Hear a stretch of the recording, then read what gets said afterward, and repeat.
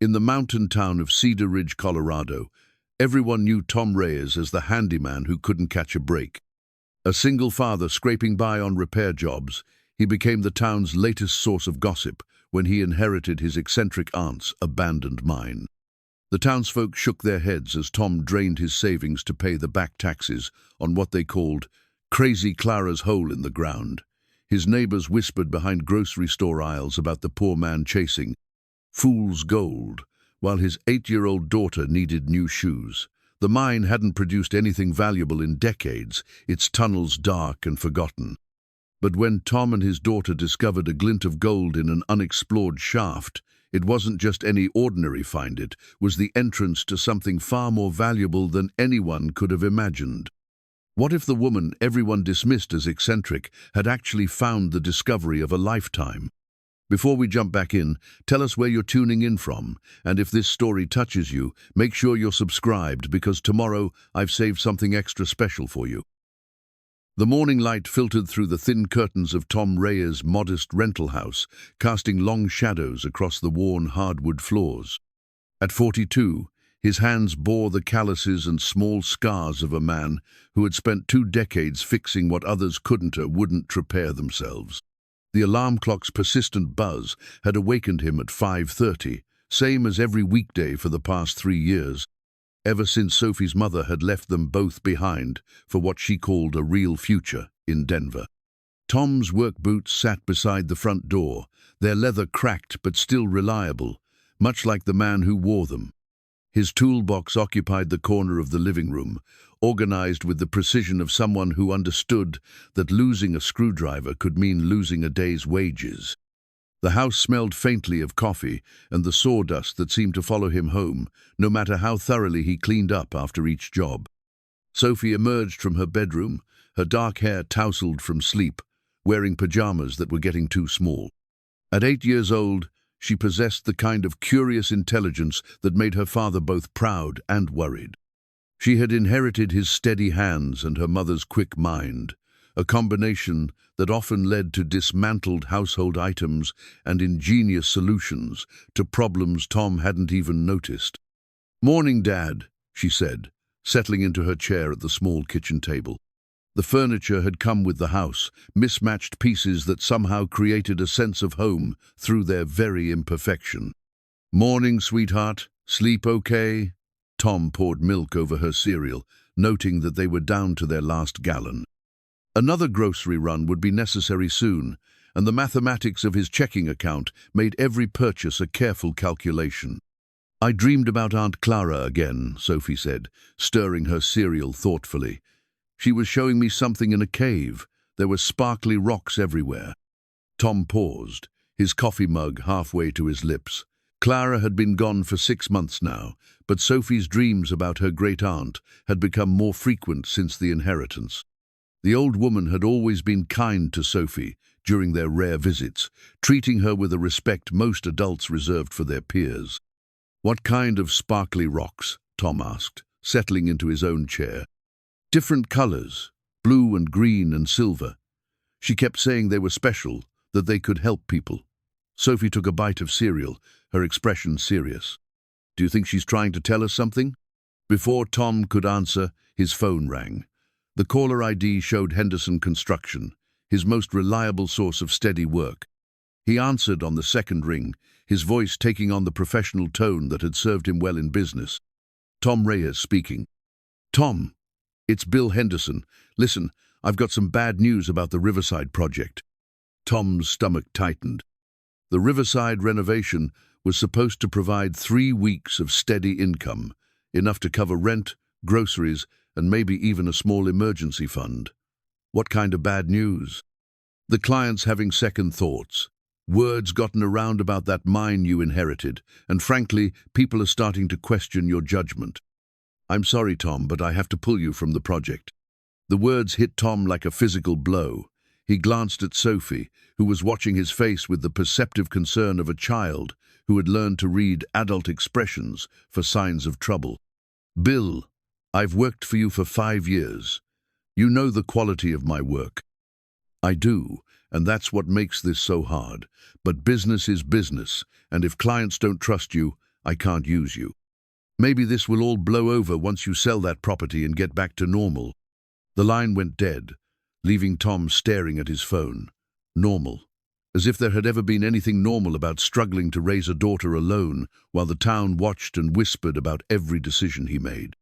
Sophie reached across the table and placed her small hand over his. "Dad, are you okay?" Tom looked into his daughter's eyes, seeing not just concern, but also faith, the unwavering belief that her father could handle whatever came their way. It was a responsibility that both sustained and terrified him. "I'm fine, sweetheart. Just some work stuff. Is it about the mine?" Tom had tried to shield Sophie from the worst of the town's gossip, but 8-year-olds had a way of hearing things adults thought they were protecting them from. "Some people don't understand why I kept it instead of selling it right away. But you had to keep it. Aunt Clara left it to you for a reason." The simple certainty in her voice made Tom's chest tighten. Sophie had never met an adult problem she couldn't solve with logic and determination, traits that would serve her well in life if he could just keep them afloat long enough for her to grow up. After breakfast, Tom dropped Sophie off at Cedar Ridge Elementary, watching her walk up the steps with the confidence of someone who believed the world was fundamentally fair. If only he could bottle that certainty for himself. The drive to the mine took 20 minutes through winding mountain roads that offered spectacular views of the Colorado Rockies. In different circumstances, Tom might have appreciated the beauty. Today, he was too focused on the approaching conversation with his neighbor, Mrs. Henderson Bill's mother, and the unofficial mayor of local opinion. Eleanor Henderson was 73 years old and had lived in Cedar Ridge her entire life. She had known Clara Reyes better than anyone, and if Tom was going to understand why his aunt had left him the mine, Mrs. Proms Henderson was his best hope for answers. Her house sat on a hill overlooking the valley, a neat Victorian with flower boxes that demonstrated the kind of attention to detail Tom admired. She answered the door wearing a floral dress and an expression of polite concern. "Tom, dear, I heard about the job situation. I'm so sorry." "News travels fast in a small town," Tom said, trying to keep the bitterness from his voice. Come in. I've got coffee brewing." Her living room was a museum of Cedar Ridge history, filled with photographs and memorabilia that chronicled 8 decades of community life. Tom had always felt comfortable here, treated with the respect he rarely received elsewhere in town. "Mrs. Henderson, I need to ask you about Clara, about why she might have left me the mine." Eleanor poured coffee from a china service that probably cost more than Tom's monthly rent. "Clara was always fond of you, Tom. She used to say you had good hands and a good heart. But the mine hasn't produced anything in decades. Everyone thinks I'm chasing a fantasy." Everyone thought Clara was chasing a fantasy too toward the end. But she was a geology professor before she retired, you know. She understood rocks and minerals better than anyone in this valley. Tom had known about Clara's academic background, but he'd never considered how it might apply to her interest in the mine. What exactly was she looking for out there? Eleanor's expression grew thoughtful. "She never told me directly, but in her last few years, she became very interested in what she called the minerals of the future. She said the old-timers who worked that mine had no idea what they were sitting on." What did she mean by that? "I'm not sure, but she spent a lot of time reading scientific journals and corresponding with people from universities. She had boxes of research materials in her house before she passed." Tom felt a spark of hope. "What happened to those materials?" "I suppose they're still there. The house is part of the inheritance, isn't it?" Tom nodded, realizing he'd been so focused on the mine itself that he'd barely examined Clara's residence. "Would you mind if I took a look?" "Of course not. The key is under the flower pot by the back door, same as always." 20 minutes later, Tom stood in Clara's kitchen, surrounded by the accumulated wisdom of a woman who had spent her life studying the earth beneath their feet. The house smelled of lavender and old books, a combination that somehow made him feel closer to understanding his aunt's motivations. Clara's study was a revelation.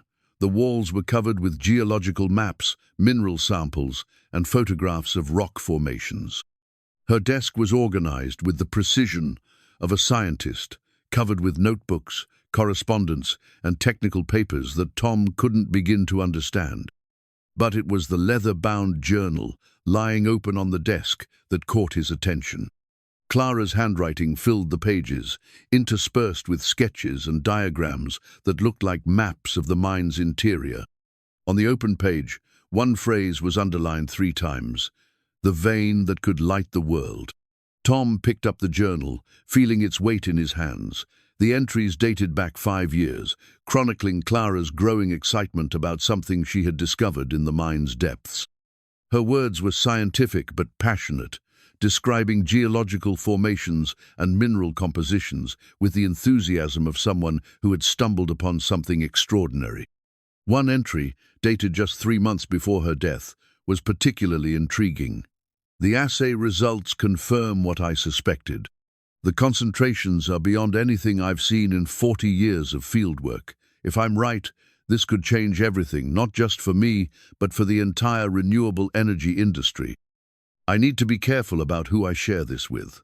There are people who would do anything to control this kind of resource." Tom closed the journal, his mind racing.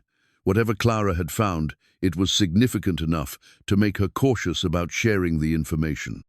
The question was whether her discoveries were real or the product of an aging mind grasping for one last moment of relevance.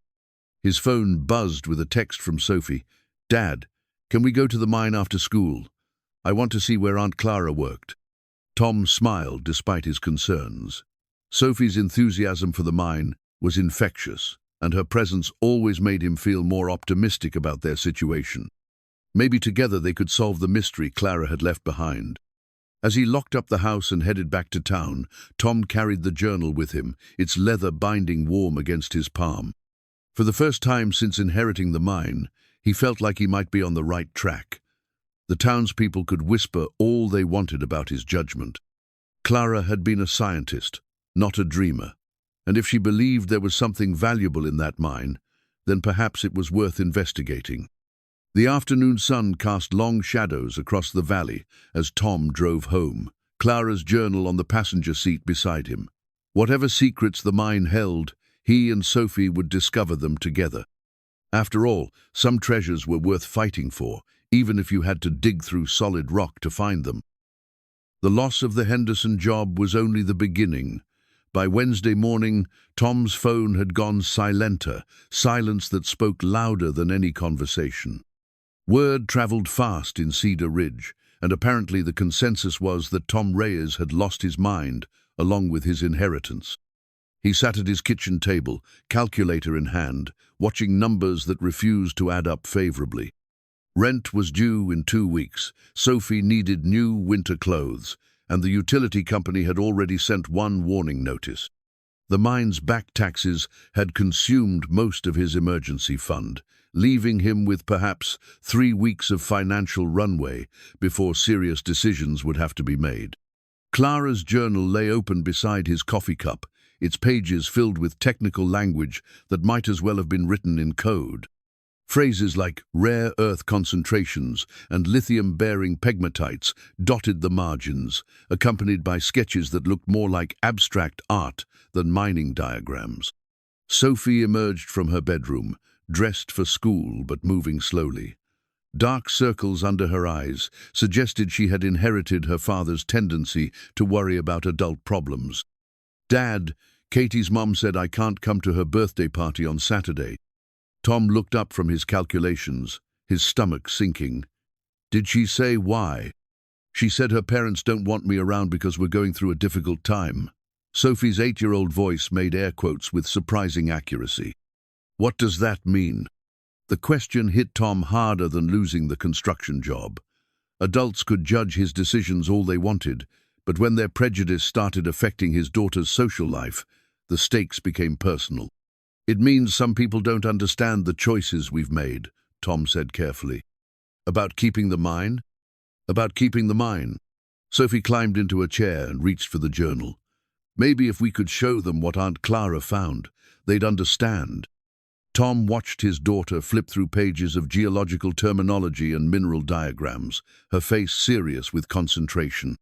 Where he saw incomprehensible science, she seemed to find patterns and connections that made intuitive sense. "Look at this," Sophie said, pointing to a hand-drawn map of the mine's tunnel system. Aunt Clara marked all these spots with stars, and here, she flipped to another page. She wrote promising samples next to coordinates. Tom leaned closer, studying his aunt's careful notations. The map showed areas of the mine he had never explored, marked with symbols that suggested Clara had been methodical in her investigation. If she had been systematically sampling different areas, there might be physical evidence of her discoveries still waiting to be found. The doorbell interrupted his thoughts. Through the front window, Tom could see a black sedan parked in his driveway, expensive-looking, with government plates. His first thought was taxes. His second was child services, and neither possibility improved his mood. The man at the door wore a suit that cost more than Tom's monthly income and carried himself with the confidence of someone accustomed to getting his way. He was perhaps 50, with silver hair and the kind of tan that came from golf courses rather than manual labor. "Mr. Reyes, Marcus Webb, Titan Industries. I wonder if we might have a conversation about your recent inheritance." Tom glanced back at Sophie, who was watching the interaction with sharp attention. "What kind of conversation?" "The profitable kind, I hope. May I come in?" Against his better judgment, Tom stepped aside. Webb entered with the assessing gaze of someone who made quick evaluations of people and their weaknesses. His eyes took in the modest furnishings, the calculator on the table, and the stack of unpaid bills beside Tom's coffee cup. "Charming place," Webb said, though his tone suggested otherwise. "Mr. Reyes, I'll get straight to the point. Titan Industries is prepared to offer you $200,000 for the mine property, cash, no contingencies, closing within 2 weeks. The number made Tom's breath catch. 200,000 would solve every immediate problem and provide security for Sophie's future. It was more money than he had ever imagined having at one time. "That's generous," Tom said carefully, "but I'm not sure I'm ready to sell." Webb's smile remained fixed, but somehow became less warm. "Mr. Reyes, I've done my research. You're a skilled craftsman, but business clearly isn't your strength. The mine hasn't produced anything valuable in decades. You're chasing a fantasy, while your daughter suffers the consequences." The comment about Sophie crossed a line Tom hadn't realized existed. "My daughter is fine." "Is she? I understand she's already facing social difficulties because of your decision to keep the property. How much worse will it get when you can't make rent? When she has to change schools because you can't afford to live here anymore?" Tom felt heat rising in his chest, but forced himself to remain calm. "How do you know about my finances?" "Small towns talk, Mr. Reyes. Everyone knows about your recent job troubles. Everyone knows you drained your savings for taxes on worthless land. The question is, how long will you let pride prevent you from making the smart choice?" From the kitchen table, Sophie spoke up. "It's not worthless. Aunt Clara found something important." Webb's attention shifted to her with the precision of a predator identifying potential prey. "And what exactly did your great-aunt find, sweetheart?" "Rocks that could help people," Sophie said, her voice steady despite Webb's intimidating presence. "Special minerals for making batteries and things." Webb's expression didn't change, but something flickered behind his eyes' interest, or perhaps recognition. "Is that so? Well, children do have wonderful imaginations." Tom stepped between Webb and Sophie, his protective instincts overriding his caution. "I think this conversation is over." "Of course. But Mr. Reyes, consider this.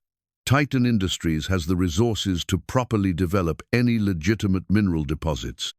We have geologists, environmental specialists, and the capital to do things right. What do you have? A toolbox and good intentions?" Webb reached into his jacket and withdrew a business card.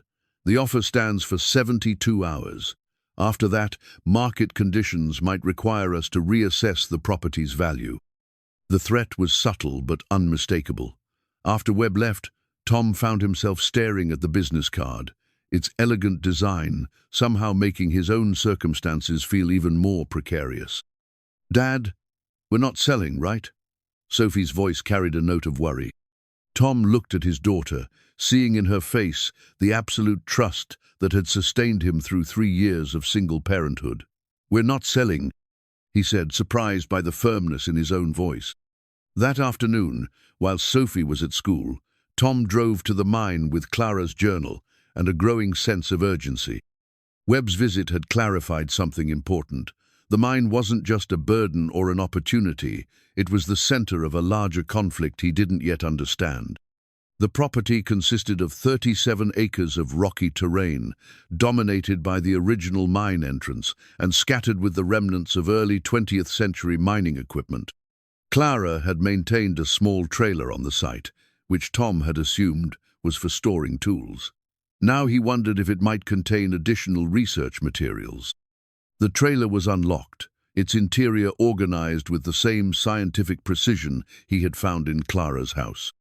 Maps covered the walls, marked with different colored pins and connected by string like a detective's investigation board. A large table held rock samples arranged in careful rows, each labeled with coordinates and dates. But it was the filing cabinet in the corner that provided the real revelation. The top drawer contained correspondence with geological consultants, university researchers, and mineral assay laboratories. Clara hadn't been working à la niche, had been building a network of professional validation for her discoveries. One letter, dated 18 months earlier, was from Dr. Elena Vasquez at the Colorado School of Mines. Tom read it twice, barely believing the technical language. Preliminary analysis confirms exceptional concentrations of lithium, cobalt, and rare earth elements. Further investigation strongly recommended. Potential commercial value significant. Another document, stamped Confidential Geological Survey, contained charts and graphs that meant nothing to Tom but were clearly important enough for Clara to keep in a locked file. The survey was signed by Dr. Vasquez and dated just 6 months before Clara's death. Tom's hands trembled as he read through more correspondence. Clara hadn't been a lonely old woman chasing fantasia, had been conducting legitimate scientific research with credentialed professionals. The mine contained something valuable enough to attract the attention of university geologists. As he photographed the documents with his phone, Tom began to understand why Webb had appeared so quickly after news of the inheritance became public. Titan Industries wasn't making a charitable offer to help a struggling single father. They were trying to acquire a potentially valuable resource before Tom realized what he owned.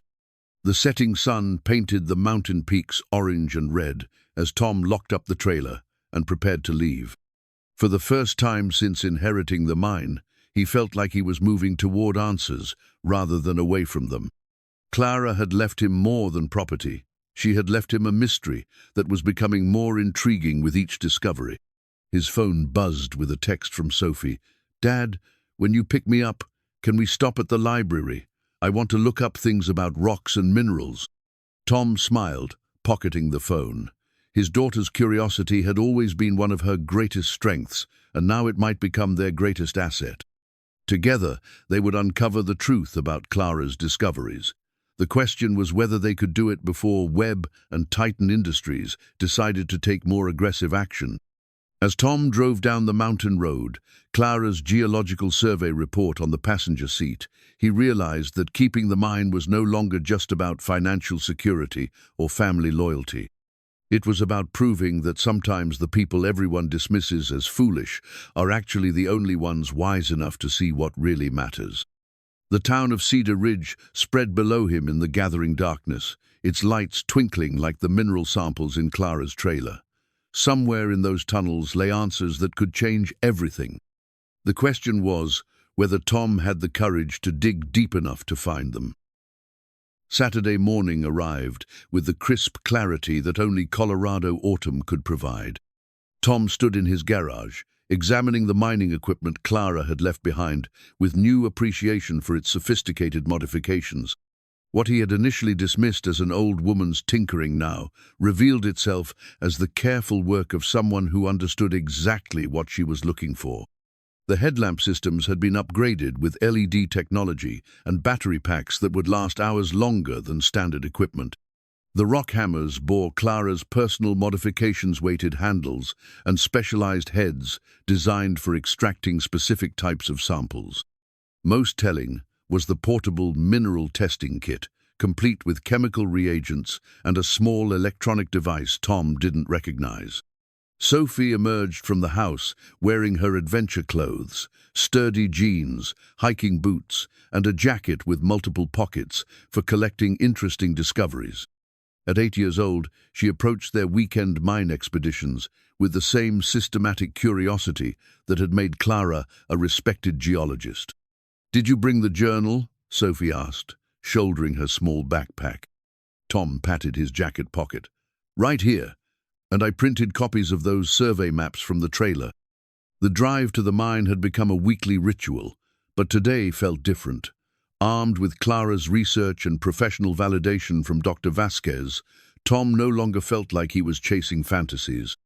He was following a scientific investigation that had been interrupted by Clara's death. The mine entrance yawned before them, a portal into the mountain that had been carved by ambitious men over a century ago. Clara's modifications were evident here.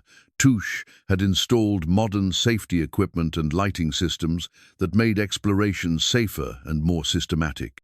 "Where should we start today?" Sophie asked, consulting the hand-drawn map from Clara's journal. Tom studied the coordinates Clara had marked as promising sampling sites. Many were in areas he had never explored, tunnels that branched off from the main shaft into the mountain's depths. "How about this section here?" Clara marked it with 3 stars. They made their way into the mine, their headlamps cutting through darkness that felt ancient and expectant. The tunnels smelled of mineral-rich rock and the lingering traces of Clara's scientific work. Tom found himself moving with increasing confidence, guided by his aunt's careful mapping and his own growing familiarity with the underground landscape. Sophie stopped at a section where the tunnel walls showed different coloration streaks of blue and green that stood out against the predominant grey rock. "Dad, look at this. These are the colors from my dreams about Aunt Clara." Tom examined the mineral deposits Sophie had spotted, comparing them to photographs in Clara's research files. The coloration suggested copper compounds, but Clara's notes indicated these were secondary indicators of more valuable deposits deeper in the rock formation. "Good eye, sweetheart. Clara's notes say these surface minerals point to richer veins below." Using Clara's modified tools, Tom carefully extracted samples from the colorful streaks. The rock came away in chunks that revealed crystalline structures, unlike anything he had seen in conventional construction materials. Even to his untrained eye, these samples looked special too organized and pure to be common minerals. Sophie's backpack contained the portable testing kit Clara had assembled. Following instructions from the research files, Tom mixed small rock fragments with chemical solutions that changed color based on mineral content. The results matched Clara's documented findings, positive reactions for elements he couldn't pronounce, but that seemed to excite university geologists. "What do the colors mean?" Sophie asked, watching the chemical reactions with fascination. According to Clara's notes, they indicate rare metals that are used in advanced technology, batteries for electric cars, computer components, things like that. "So the rocks really could help people?" Tom nodded, beginning to understand the scope of Clara's discovery. "If there's enough of them, yes. These minerals are essential for clean energy technology." They spent the morning systematically sampling different areas marked in Clara's journal. Each location yielded similar results, consistent indicators of valuable mineral deposits that suggested a significant resource rather than isolated pockets of ore. By noon, they had collected samples from 6 different sites, all showing promising test results. Tom's excitement was tempered by growing awareness of the implications. If Clara's findings were accurate, he owned mineral rights to deposits worth potentially millions of dollars. As they prepared to leave the mine, Sophie made another discovery that stopped Tom in his tracks. In a narrow passage marked with Clara's highest priority symbols, she found equipment he hadn't noticed before. A small drilling apparatus with rock samples already extracted and labeled. "Dad, look! Aunt Clara was drilling core samples here. Tom examined the drilling site, noting the professional precision of Clara's work. The core samples were stored in labeled containers with dates from just weeks before her death. She had been actively investigating this specific location, suggesting it held particular promise. The containers held rock cores that showed clear mineral veining streaks of metallic deposits running through the stone, like nature's own electrical wiring. Even Tom's untrained eye could see that these samples were different from the surface indicators they had been testing. "We need to get these properly analyzed," Tom said, carefully packing the core samples. Back at home, Sophie spread their morning's discoveries across the kitchen table like treasures from a pirate expedition. The mineral samples caught the afternoon light, revealing complexity and beauty that explained Clara's passion for geology. Tom's phone rang as they were cataloging their finds. The caller ID showed a local number he didn't recognize. "Mr. Reyes, this is Janet Morrison from Cedar Ridge Elementary. I need to speak with you about Sophie." Tom's stomach clenched. "Is she hurt?" "No, nothing like that, but there's been an incident I think you should know about." Apparently, Sophie had brought some of Clara's mineral samples to school for show and tell, enthusiastically explaining her great-aunt's research to her second-grade class. The presentation had gone well until word reached the principal's office that Tom Reyes' daughter was promoting dangerous mining activities. "The concern," Mrs. Morrison explained delicately, "is that some parents feel Sophie's presentation might encourage other children to explore unsafe areas or handle unknown rocks." Tom closed his eyes, recognizing Webb's influence in the complaint. "Mrs. Morrison, Sophie was sharing legitimate geological samples from a scientific investigation. There's nothing dangerous about education." "I understand your position, Mr. Reyes, but given the community's concerns about the mine situation, we think it would be best if Sophie chose different topics for future presentations." After ending the call, Tom found Sophie in her room, carefully arranging mineral samples on her desk with the methodical precision she had inherited from both sides of her family. "Dad, why are people afraid of rocks?" The question was so innocent that Tom had to sit down on her bed before answering. "They're not afraid of the rocks, sweetheart. They're afraid of change. But if the rocks can help make clean energy, isn't change good?"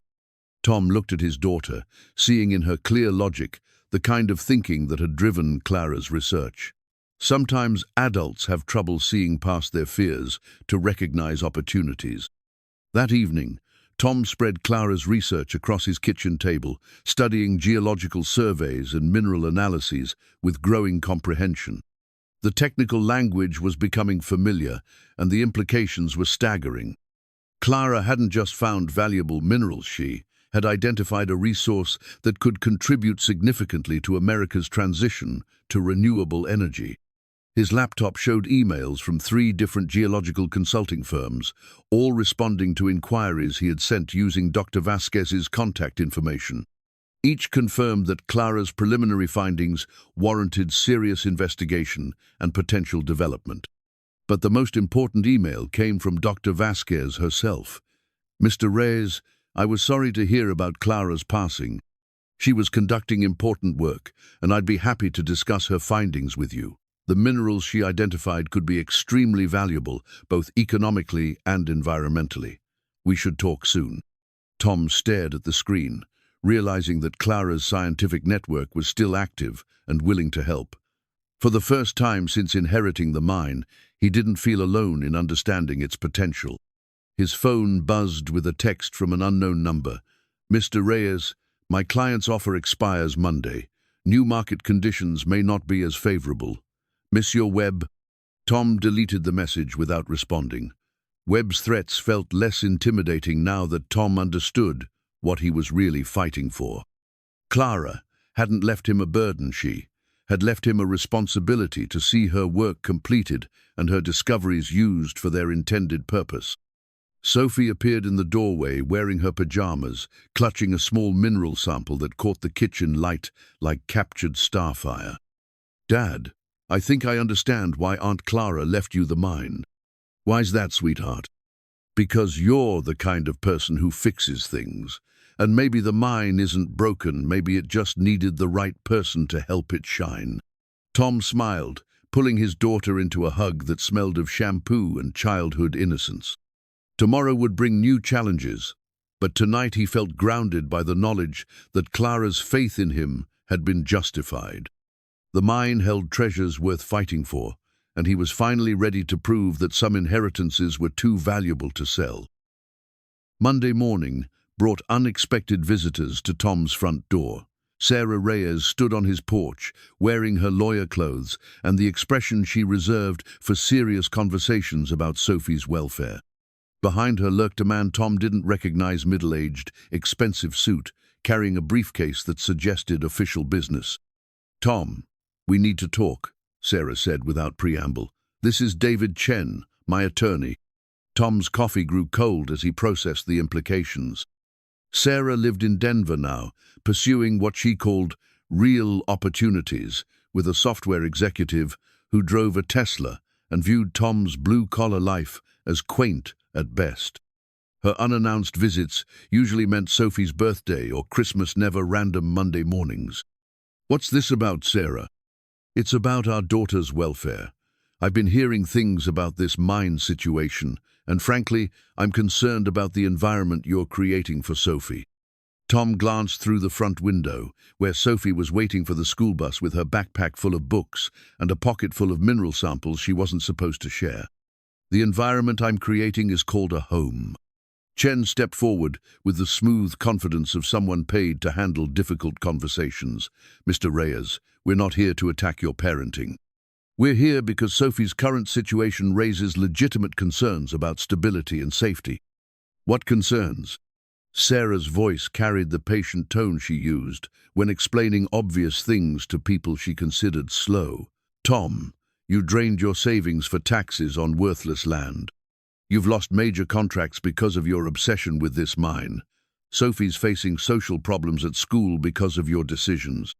Sophie's facing social problems because adults are teaching their children to judge people based on gossip rather than character."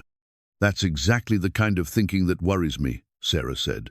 "You're so focused on proving everyone wrong that you can't see how your choices are affecting our daughter." Chen opened his briefcase and withdrew a legal document that Tom recognized without reading. "Custody modification papers.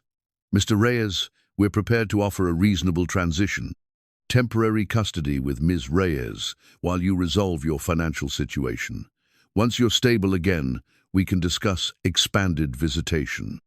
The words hit Tom like a physical blow.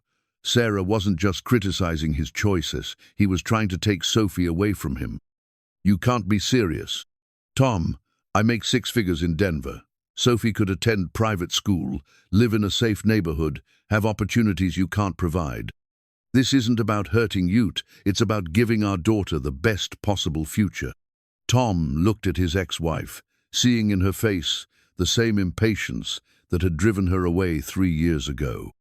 Clara had always believed that love could be measured in annual income and square footage, that security meant eliminating risk rather than teaching children to navigate uncertainty with courage. "Sophie is happy here." "Is she? Really? When she can't go to birthday parties because other parents question your judgment, when she has to defend your decisions to her classmates, when she worries about money because she hears you on the phone with creditors?" The accusations stung because they contained fragments of truth. Sophie did worry about adult problems, and she had faced social difficulties because of his choices. But Sarah's solution, removing Sophie from the only stable home she had known, seemed designed to protect the mother's peace of mind rather than the daughter's well-being. "I'm not signing anything," Tom said firmly. Chen's expression didn't change. "Mr. Reyes, consider your position carefully. Court proceedings can be expensive and emotionally difficult for everyone, especially children. A voluntary agreement would be much simpler." "For who?" "For Sophie. Children adjust better to transitions when their parents cooperate rather than fight." After Clara and Chen left, Tom sat in his kitchen staring at legal papers that reduced his relationship with Sophie to visitation schedules and financial assessments. The mine's potential value meant nothing if he lost his daughter while trying to prove its worth. His phone rang, offering welcome distraction from custody concerns. Dr. Elena Vasquez's voice carried the excitement of someone who had spent her career waiting for discoveries like Clara's. "Mr. Reyes, I've reviewed the photographs you sent of Clara's core samples. The mineral concentrations are extraordinary, some of the highest I've seen outside of major commercial operations." Tom gripped the phone tighter. "How extraordinary? The lithium content alone would be commercially viable, but combined with the rare earth concentrations, you're looking at a potentially world-class deposit." Clara's work was meticulous, and her findings appear to be conservative estimates rather than optimistic projections. Conservative estimates of what? Based on preliminary analysis, the accessible portions of your mine could contain minerals worth tens of millions of dollars. If the deposits extend as deeply as Clara's geological surveys suggest, we might be talking about hundreds of millions. The number made Tom's vision blur. Hundreds of millions of dollars could solve every problem he faced and provide security for Sophie's entire future. But it also explained why Webb had appeared so quickly with buyout offers. "Dr. Vasquez, I need to ask you something confidential. Have you been contacted by anyone from Titan Industries?" The pause that followed told Tom everything he needed to know. "Mr. Reyes, I think we should meet in person. There are things about Clara's research that require careful discussion." They arranged to meet that afternoon at a coffee shop in Boulder, far enough from Cedar Ridge to avoid local attention. Tom spent the morning reviewing Clara's encrypted coordinate system, trying to decode her mapping symbols with Sophie's intuitive help. "Look at this pattern," Sophie said, pointing to recurring symbols in Clara's journal. She used different shapes for different types of minerals. Stars for the really special stuff, circles for good finds, and triangles for areas that need more investigation. Tom studied his daughter's analysis, impressed by her ability to recognize patterns that had escaped his notice. "How did you figure that out?" "It's like a secret code. Aunt Clara was protecting her discoveries by making them hard for other people to understand." The insight proved accurate when Tom applied Sophie's decoding to Clara's maps. The star-marked locations corresponded exactly with areas where Dr. Vasquez had recommended focused investigation. Clara had been systematic in protecting information that could attract unwanted attention. Dr. Vasquez turned out to be a woman in her 50s with graying hair and the focused intensity of someone who had spent decades studying things most people took for granted. She arrived at the coffee shop carrying a briefcase and wearing the expression of someone with important secrets to share. "Mr. Reyes, thank you for coming. Clara spoke about you often. She was very proud of your craftsmanship and your devotion to Sophie. She never mentioned working with university researchers." Clara was cautious about publicity, especially after she realized the significance of her findings. "The minerals in your mine aren't just valuable, they're strategically important for American energy independence." Dr. Vasquez opened her briefcase and withdrew geological surveys that made Clara's personal research look preliminary by comparison. Professional analysis confirmed what Clara had suspected. The mine contained one of the largest accessible deposits of critical minerals in the western United States. "This is why Titan Industries contacted you so quickly," Dr. Vasquez explained. "They've been monitoring geological research in this region, looking for exactly this type of resource." "How would they know about Clara's work?" "Corporate intelligence. They track university research, patent applications, geological surveys, anything that might indicate valuable mineral discoveries." Clara was smart to keep her work private, but someone must have leaked information about her findings. Tom felt a chill that had nothing to do with autumn weather. What kind of someone? Someone with access to confidential research. Someone who understood the value of what Clara had found.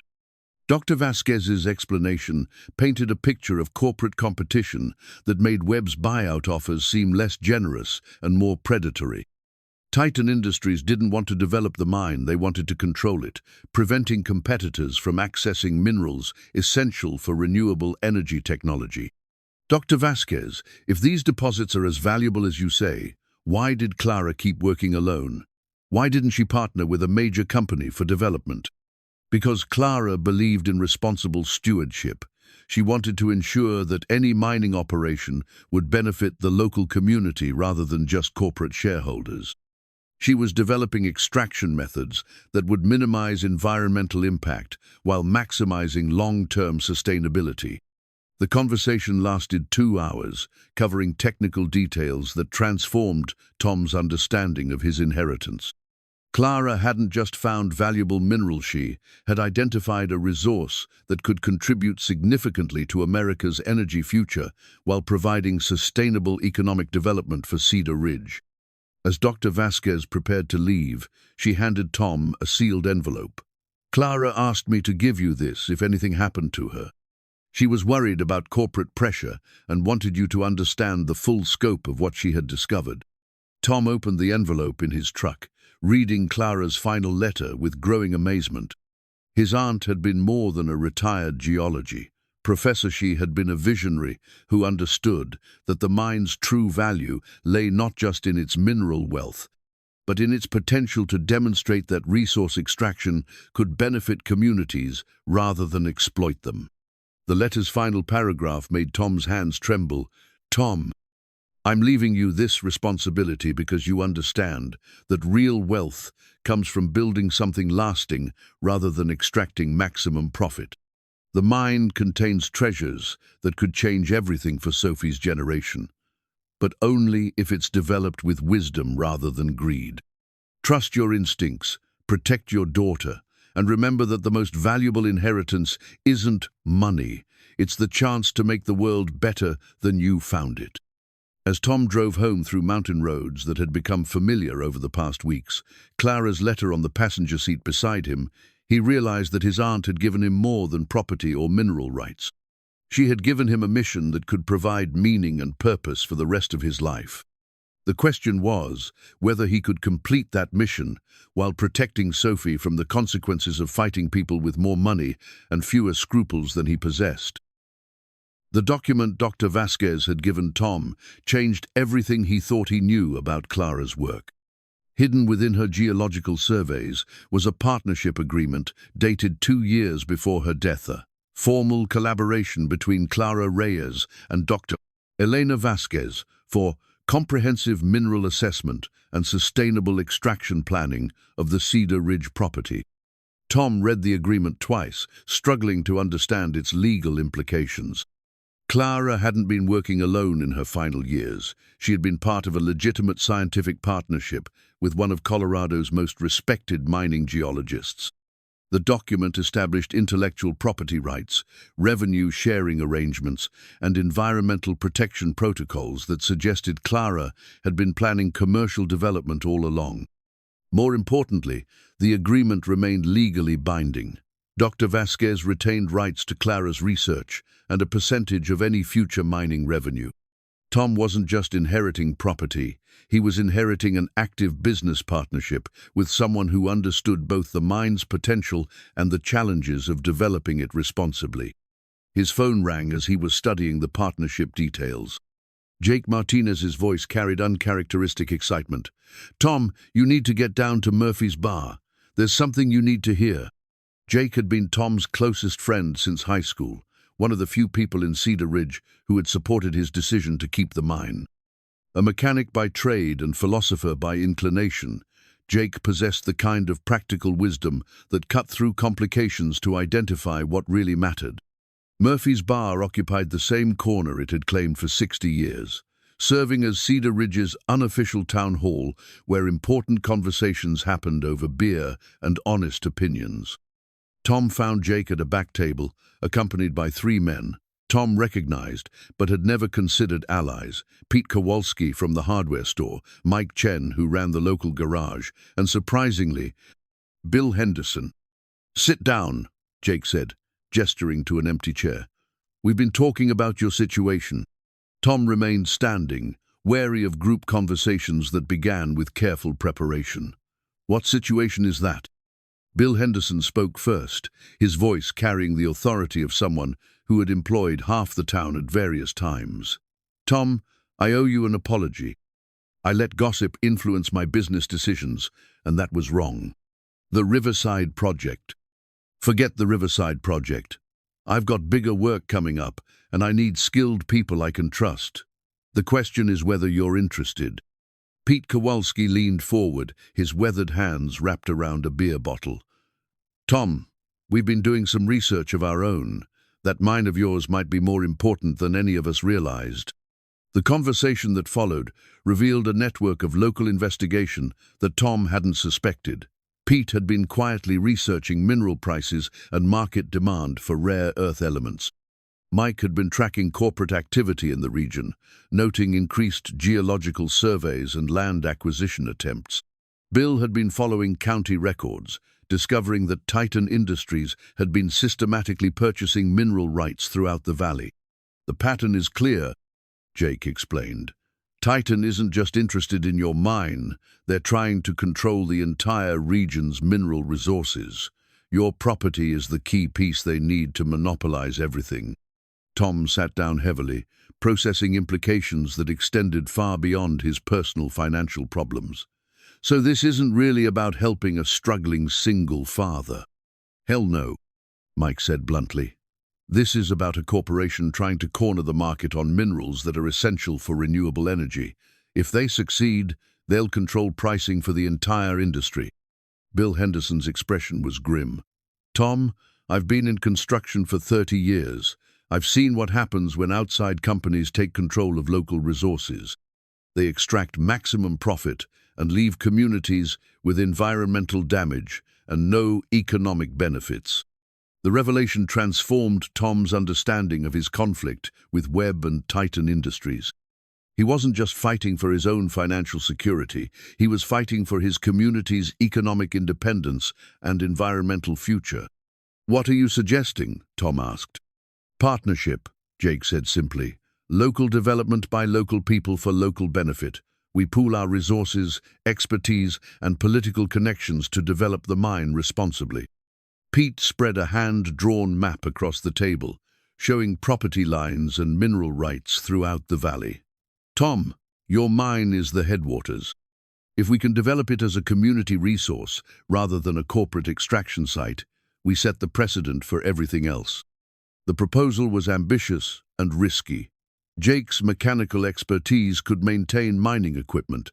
Pete's retail connections could handle supply and logistics. Mike's automotive background included heavy machinery operation. Bill's construction experience encompassed project management and regulatory compliance. "What about financing?" Tom asked. "Even if we have the expertise, development costs could be enormous." "That's where Dr. Vasquez comes in," Bill said. "I've been researching university partnerships for sustainable mining projects. There's federal grant money available for demonstration projects that prove responsible extraction methods." Tom's mind raced through possibilities and problems.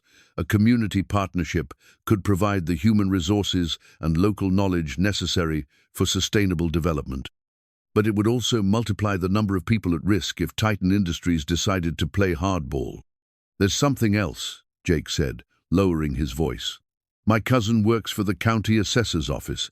Titan has been quietly challenging property valuations and mineral rights throughout the valley. They're not just making offers, they're preparing legal challenges." The news hit Tom like ice water. Corporate buyouts were one thing, but legal warfare was entirely different. Fighting a major corporation in court required resources and expertise that a small-town handyman couldn't possibly afford. What kind of legal challenges? Claiming that original mineral rights weren't properly filed, that environmental regulations make mining impossible, that tax assessments were fraudulent. Basically, they're trying to create legal grounds to force sales at reduced prices. Mike Chen nodded grimly. "Tom, they're not just targeting you. They've got lawyers looking at every property in the valley that might contain valuable minerals. This is a systematic campaign to control the entire region." Tom felt the weight of responsibility multiplying. It wasn't just about his own fight anymore. It was about protecting his neighbors from corporate manipulation designed to steal their heritage and their future. "What do you need from me?" Tom asked. "Partnership," Bill said.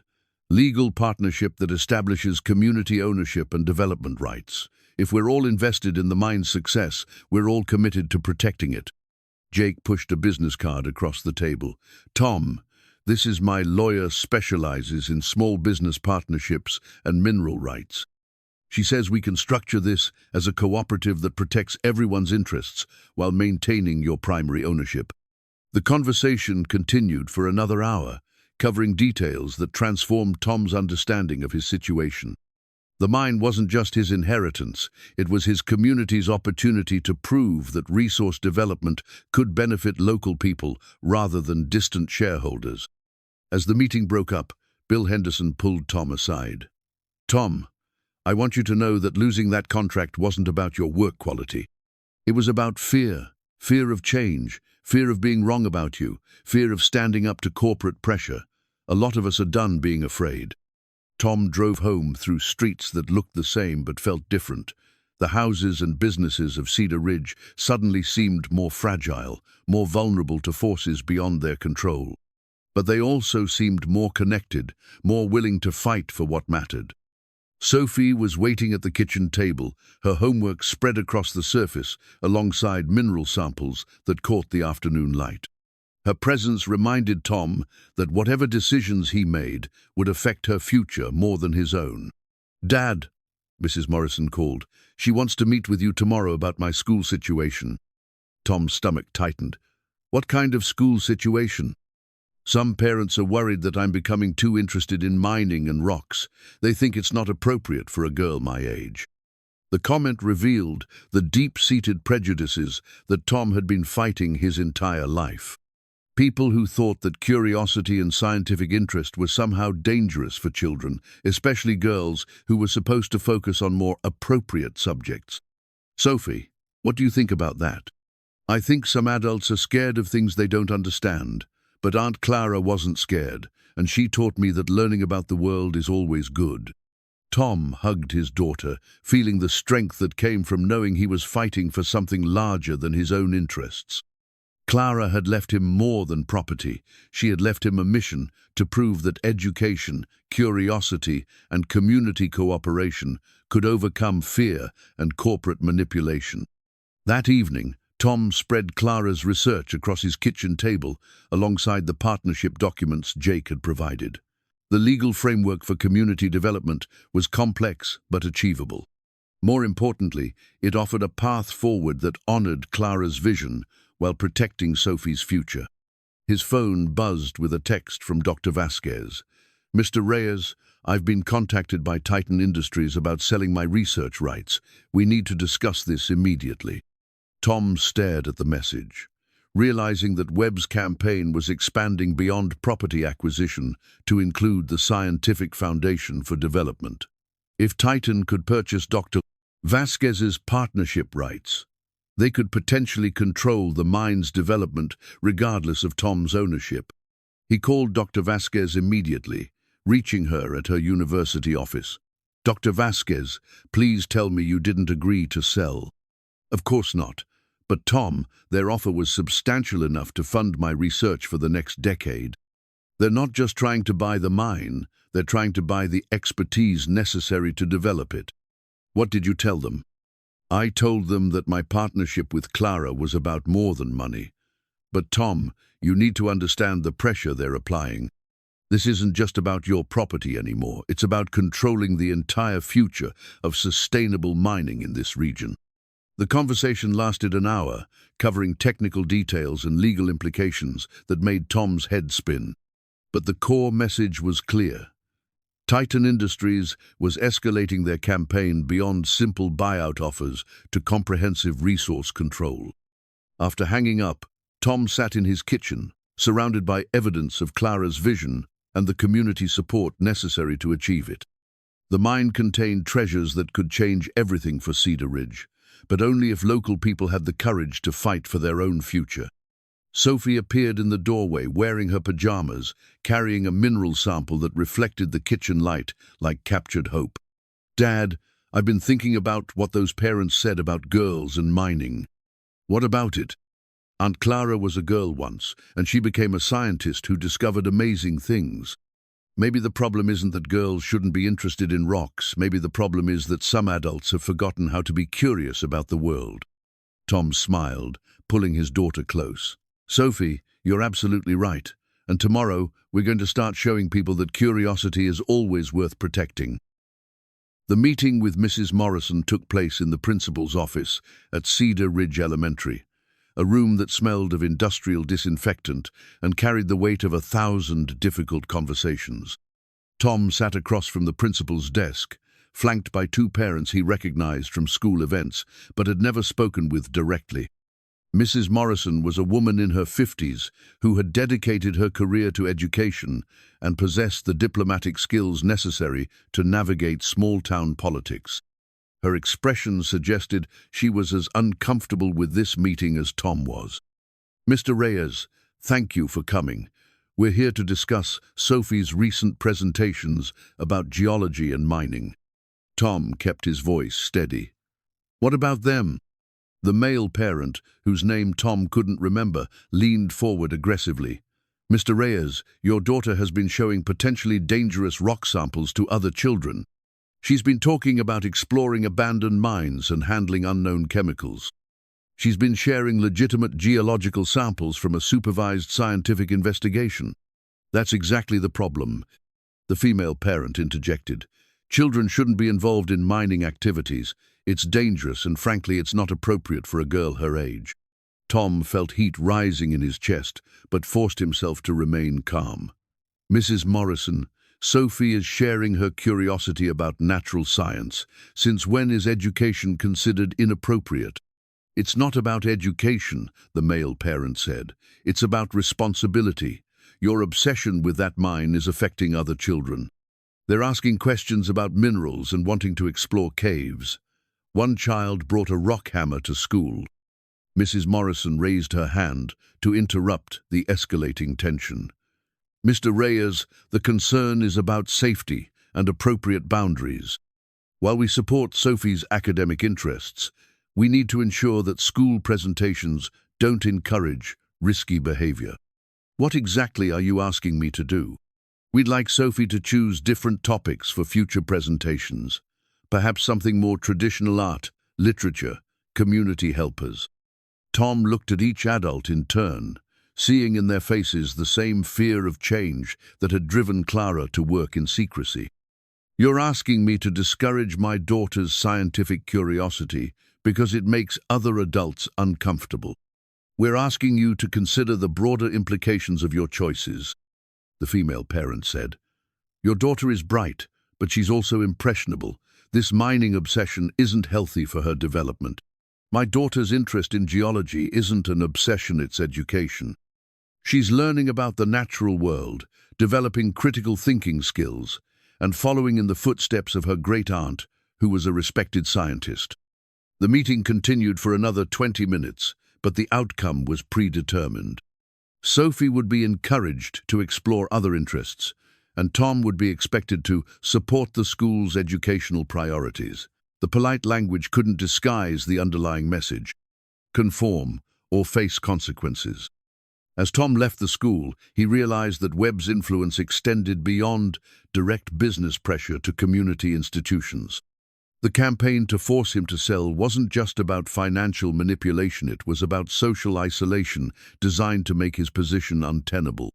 That afternoon, Tom met with Jake's lawyer, Sandra Kim, a woman in her 40s who specialized in small business partnerships and mineral rights law. Her office was cluttered with case files and legal texts, but her manner was direct and reassuring. "Mr. Reyes, I've reviewed Clara's partnership agreement with Dr. Vasquez. It's a solid document that establishes clear rights and responsibilities.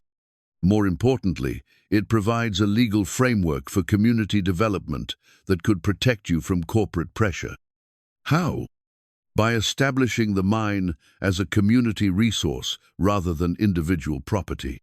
If multiple local stakeholders have legal interests in the development, it becomes much harder for a corporation to force a sale or manipulate the process." Sandra spread partnership documents across her desk, explaining legal structures that could protect community interests while maintaining Tom's primary ownership.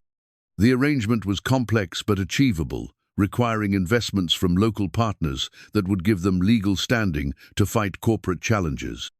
The key, Sandra explained, is timing. Once Titan Industries realizes you're organizing community resistance, they'll escalate their pressure. We need to have legal protections in place before they make their next move. Tom's phone rang as they were discussing implementation details. Dr. Vasquez's voice carried urgency that made him excuse himself from the legal meeting. "Tom, we have a problem. I've been contacted by someone claiming to represent your interest, man named Webb, who says you're ready to sell your partnership rights along with the property." Tom's blood ran cold. "Dr. Vasquez, I never authorized anyone to negotiate on my behalf." "I didn't think so, but Tom, he had detailed information about our partnership agreement and your financial situation. Someone is providing him with confidential information."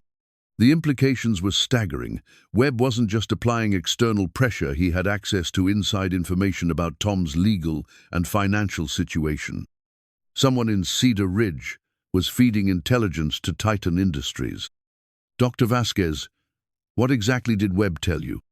"He claimed that you're facing custody challenges and need immediate liquidity. He offered to purchase my partnership rights for fair market value, saying it would simplify your situation." Tom closed his eyes, understanding Webb's strategy. By eliminating Dr. Vasquez's partnership, Titan could gain control of Clara's research while making Tom's position legally untenable. It was a sophisticated attack on multiple fronts. "I'm not selling, and I hope you're not either." "Of course not. But Tom, this conversation revealed something important. Webb knew details about Clara's research that I've never shared publicly. He mentioned specific mineral concentrations and extraction methods that were part of our confidential work. The revelation suggested that Titan's intelligence network extended beyond local gossip to actual scientific surveillance. Clara's fears about corporate espionage had been justified. Someone had been monitoring her research and reporting to interested parties. After ending the call, Tom returned to Sandra's office with new appreciation for the legal warfare he was facing. "Sandra, we need to move fast. Titan Industries is trying to eliminate my scientific partners and isolate me legally." "What do you mean?" Tom explained Webb's contact with Dr. Vasquez and the evidence of intelligence gathering. Sandra's expression grew increasingly serious as she understood the scope of corporate manipulation. "Tom, this isn't just about buying your property. They're conducting a systematic campaign to control the entire development process. We need to establish legal protections immediately." That evening, Tom convened an emergency meeting at his house with Jake, Bill Henderson, Pete Kowalski, and Mike Chen. The partnership documents Sandra had prepared lay spread across his kitchen table like battle plans. "Gentlemen," Tom began, "this is bigger than we thought. Titan Industries isn't just trying to buy the mine, they're trying to control the entire region's mineral resources through legal manipulation and corporate espionage." He explained Webb's contact with Dr. Vasquez and the evidence of intelligence gathering. The revelation transformed the group's understanding of their situation from local business opportunity to regional economic warfare. "What do we do?" Jake asked. "We signed partnership agreements tonight," Tom said. "Legal protection that establishes community ownership and makes it impossible for Titan to force a sale." Bill Henderson studied the documents carefully. "Tom, this is a substantial commitment. We're not just investing money, we're taking on a major corporation in a fight they've been planning for months." "I know, but if we don't fight now, we'll lose everything that makes Cedar Ridge worth living in." One by one, the men signed documents that established the Cedar Ridge Mining Cooperativa legal partnership that gave local stakeholders rights and responsibilities in the mine's development. The signatures transformed Tom's individual inheritance into a community asset worth protecting. As the meeting broke up, Pete Kowalski pulled Tom aside. "Tom, there's something you need to know. My wife works at the county clerk's office. She's been seeing unusual activity in property records people requesting information about mineral rights and tax assessments." What kind of people? Lawyers, mostly, but also someone claiming to represent you asking for detailed information about your financial situation and legal obligations. Tom felt the walls closing in. Webb's intelligence network included county employees who could access confidential records. The corporate campaign wasn't just about business pressure, it was about information warfare designed to give Titan Industries every possible advantage. Pete, can your wife identify who's been making these requests? She's working on it. But Tom, you need to understand that this goes beyond simple property research. Someone has been systematically gathering information about every aspect of your life. That night, Tom sat at his kitchen table surrounded by partnership documents that represented his community's commitment to fighting corporate manipulation. Sophie was asleep upstairs, trusting that her father would protect her future from forces she couldn't possibly understand. Clara's research files lay open beside the legal papers, her handwriting a reminder that some discoveries were too important to be controlled by people who valued profit over progress. The mine contained treasures that could benefit everyone, but only if local people had the courage to fight for their own future. Tom's phone buzzed with a text from an unknown number. "Mr. Reyes, community resistance will only make this more difficult for everyone. My client's patience is not unlimited." Tom deleted the message without responding, but its implications were clear. Webb's campaign was entering a new phase, one where threats would become more direct and consequences more severe. The question was whether Tom and his partners had the resources and determination to withstand corporate pressure designed to break their resolve. Outside, the mountains of Colorado stood silhouetted against the night sky, containing beneath their surface the minerals that could power America's energy future. Clara had understood that the real battle wasn't about mining technology or geological science. It was about who would control the resources that defined the next century's economic landscape. Tom turned off the lights and headed upstairs, passing Sophie's room where she slept, surrounded by mineral samples and science books. Tomorrow would bring new challenges, but tonight he felt grounded by the knowledge that some fights were worth having, regardless of the odds. The call came at 6 in the morning, jarring Tom from sleep with news that would change everything. Dr. Vasquez's voice carried excitement that made him instantly alert despite the early hour. "Tom, you need to get to my office immediately. I've found something in Clara's research files that completely changes our understanding of the mine's potential." Tom arrived at the University of Colorado's geology department an hour later, finding Dr. Vasquez surrounded by documents that covered every surface of her office. Her expression suggested she had been working through the night, driven by discoveries that demanded immediate attention. "Tom, sit down. What I'm about to show you will revolutionize everything we thought we knew about sustainable mining." She handed him a thick folder marked "Confidential, Environmental Impact Assessment" in Clara's careful handwriting. The document was dated just 3 months before Clara's death and bore official stamps from the Colorado Department of Natural Resources. Clara commissioned a comprehensive environmental study, Dr. Vasquez explained. But this isn't just about assessing potential damage, it's about proving that responsible mining could actually benefit the local ecosystem. Tom opened the folder, struggling to understand technical language that described soil composition, water table analysis, and ecological impact projections. The charts and graphs meant little to him, but Dr. Vasquez's excitement suggested they contained revolutionary information.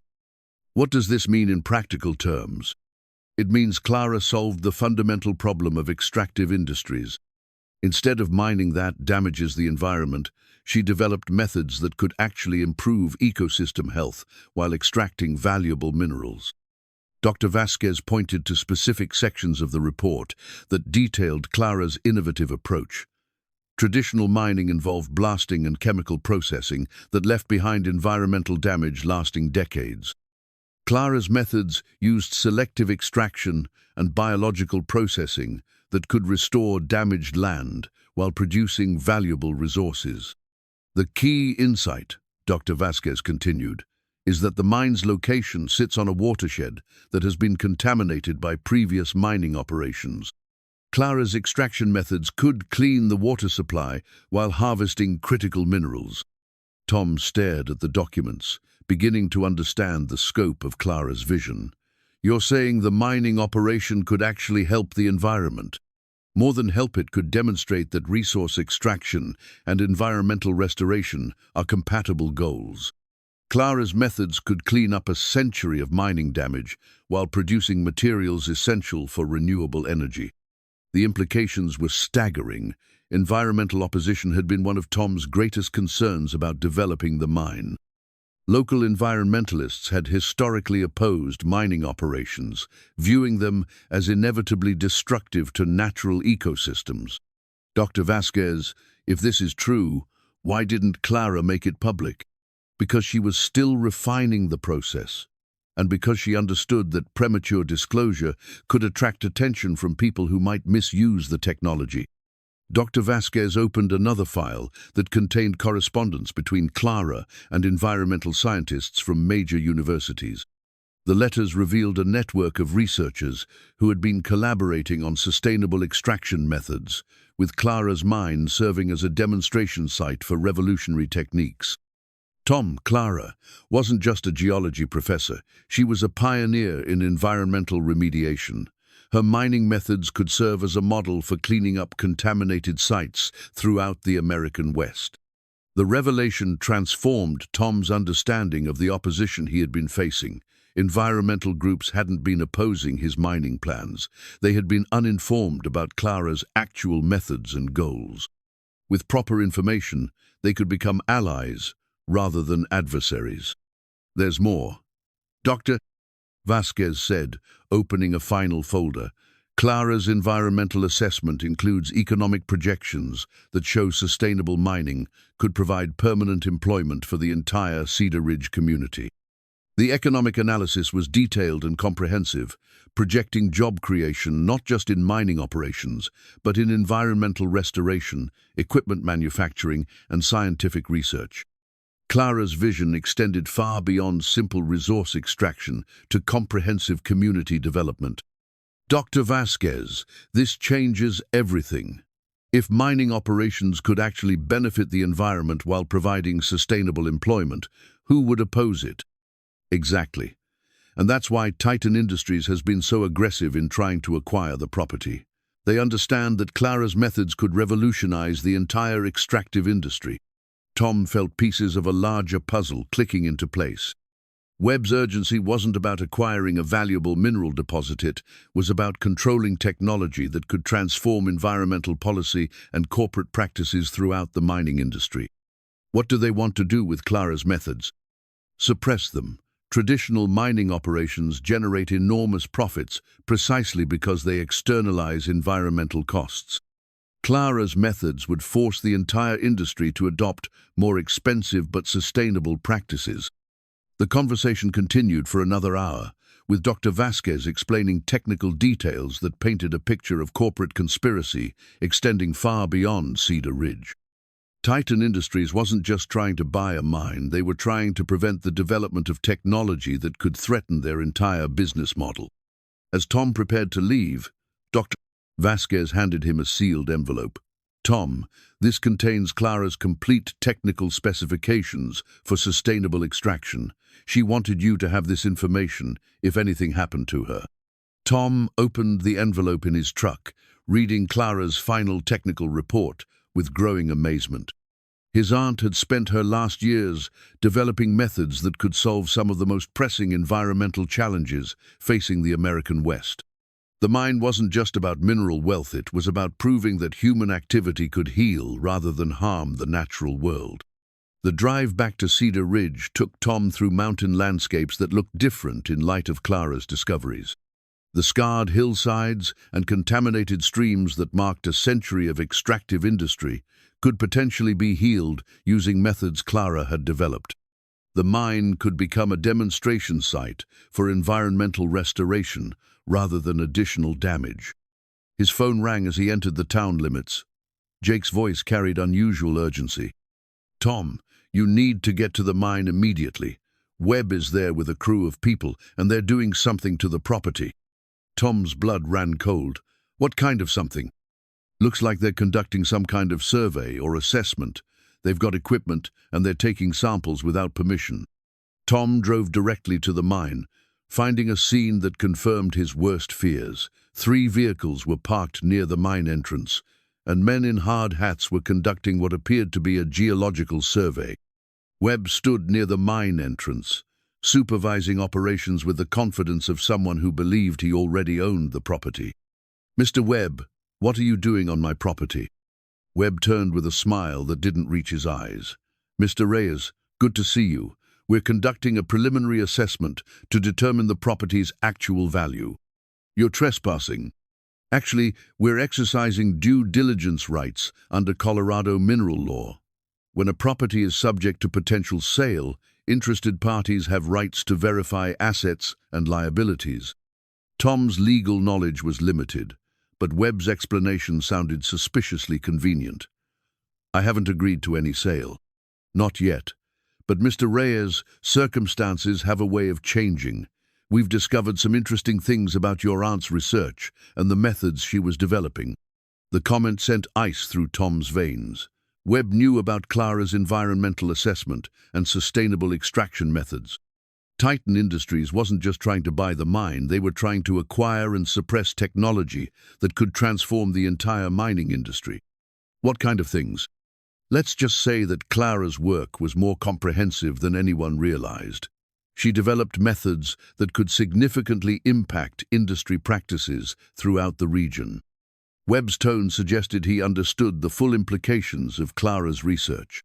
Titan Industries wasn't just preventing Tom from developing his property, they were preventing the implementation of technology that could force environmental responsibility throughout the extractive industry. "Mr. Webb, you need to leave my property immediately." "Of course. But Mr. Reyes, consider this. Clara's methods require significant capital investment and technical expertise to implement properly. Are you prepared for that responsibility?" The question contained an implicit threat.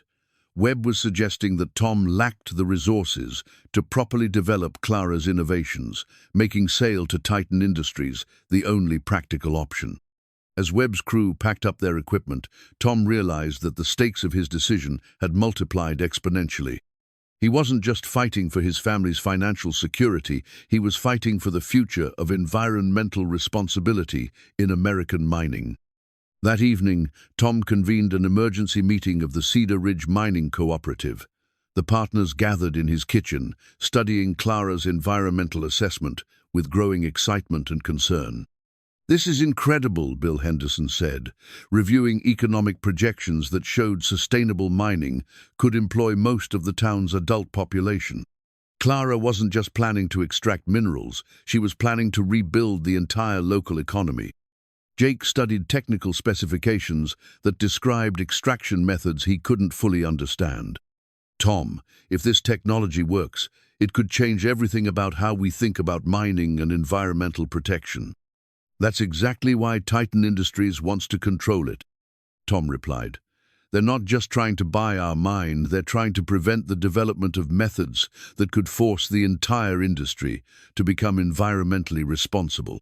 Pete Kowalski looked up from financial projections that showed Clara's methods could generate sustainable revenue for decades. "Tom, we're not just fighting for our property anymore. We're fighting for the future of environmental policy in the American West." The meeting continued past midnight, with partners studying documents that revealed the full scope of Clara's vision. The mine could become a demonstration site for sustainable development, proving that economic growth and environmental protection were compatible goals. As the meeting broke up, Tom felt the weight of responsibility that Clara had bequeathed him. The mine contained more than valuable minerals, it contained the potential to prove that human activity could heal rather than harm the natural world. His phone buzzed with a text from Webb. "Mr. Reyes, tomorrow's conversation will determine whether this situation resolves amicably or becomes more complicated. Choose wisely." Tom deleted the message, but its implications were clear. Webb's campaign was entering its final phase, where threats would become actions and consequences would become unavoidable. The question was whether Tom and his partners had the courage to fight for a future that honored Clara's vision rather than corporate profits. The custody papers arrived by courier at 7 in the morning, delivered with the cold efficiency of legal warfare designed to break Tom's resolve. Sarah's emergency petition painted a picture of irresponsible parenting that would have been laughable if the consequences weren't so severe. According to the filing, Tom had exposed a minor child to dangerous mining activities, prioritized financial speculation over child welfare, and created an unstable environment that threatens the minor's physical and emotional well-being. The petition requested immediate temporary custody pending a full hearing, with visitation rights to be determined by the court. Tom read the document twice, his hands shaking with rage and fear. Sarah's attorney had crafted a narrative that twisted every aspect of his relationship with Sophie into evidence of negligence. Their weekend mine explorations became dangerous exposure to unstable underground structures. Sophie's scientific curiosity became inappropriate fixation on hazardous materials. Tom's financial struggles became inability to provide stable housing and basic necessities. Sophie emerged from her bedroom dressed for school, her backpack loaded with textbooks and a small mineral sample she had insisted on bringing for her science project. Her presence reminded Tom that whatever legal battles lay ahead, his primary responsibility was protecting her from adult conflicts she couldn't possibly understand. "Dad, you look worried. Is everything okay?" Tom forced a smile that felt brittle. "Just some paperwork, sweetheart. Nothing you need to worry about." "Is it about the mine? Are we in trouble?" The question revealed how perceptive Sophie had become about adult tensions. Despite Tom's efforts to shield her from the conflict with Webb and Titan Industries, she had absorbed enough information to understand that their situation was precarious. "Sophie, some people think I'm making bad choices about the mine. They're worried that keeping it isn't good for you. But keeping it is good for me. I'm learning about science and geology, and I'm helping you understand what Aunt Clara discovered." Tom knelt beside his daughter, seeing in her clear eyes the absolute faith that had sustained him through 3 years of single parenthood. "Sophie, if something happens, if you have to go stay with your mum for a while, I want you to remember that none of this is your fault." Sophie's expression grew serious. "Dad, are you giving up on the mine?" "No, sweetheart. I'm just preparing for different possibilities." "Good, because Aunt Clara left it to you for a reason, and I think she knew you were brave enough to protect it." After dropping Sophie at school, Tom drove directly to Sandra Kim's law office, finding her already reviewing the custody petition with the grim expression of someone who had seen similar tactics before. "Tom, this is aggressive, but not unexpected. Sarah's attorney is trying to create urgency that forces you to choose between fighting for Sophie and fighting for the mine." "What are my options?" "We can contest the emergency petition, but that requires proving that Sophie isn't in immediate danger. Given the community pressure and your financial situation, that could be challenging." Sandra spread legal documents across her desk, explaining procedural requirements that seemed designed to favor parents with more resources and conventional lifestyles. Tom's decision to keep the mine rather than accept Webb's buyout offer could be interpreted as prioritizing personal interests over Sophie's welfare. "Sandra, if I sold the mine tomorrow, would that strengthen my case?" "Probably, but Tom, once you sell, you lose all leverage in fighting Titan Industries. They're counting on the custody pressure to force a sale before you can organize effective resistance." The conversation revealed the sophisticated nature of the attack Tom was facing. Webb's campaign wasn't just about acquiring property, it was about applying pressure on multiple fronts to make his position untenable. "There's something else," Sandra said. "I've been investigating Titan Industries' corporate structure. They're not just a mining company, they're a subsidiary of a larger conglomerate that specializes in acquiring and controlling strategic resources."